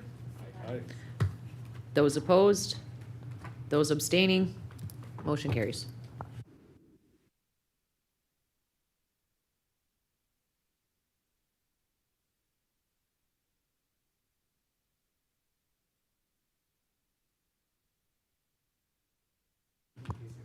Right, yeah.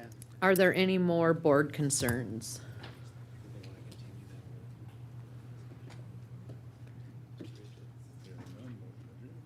Did we want to continue? Are you guys all good? All right.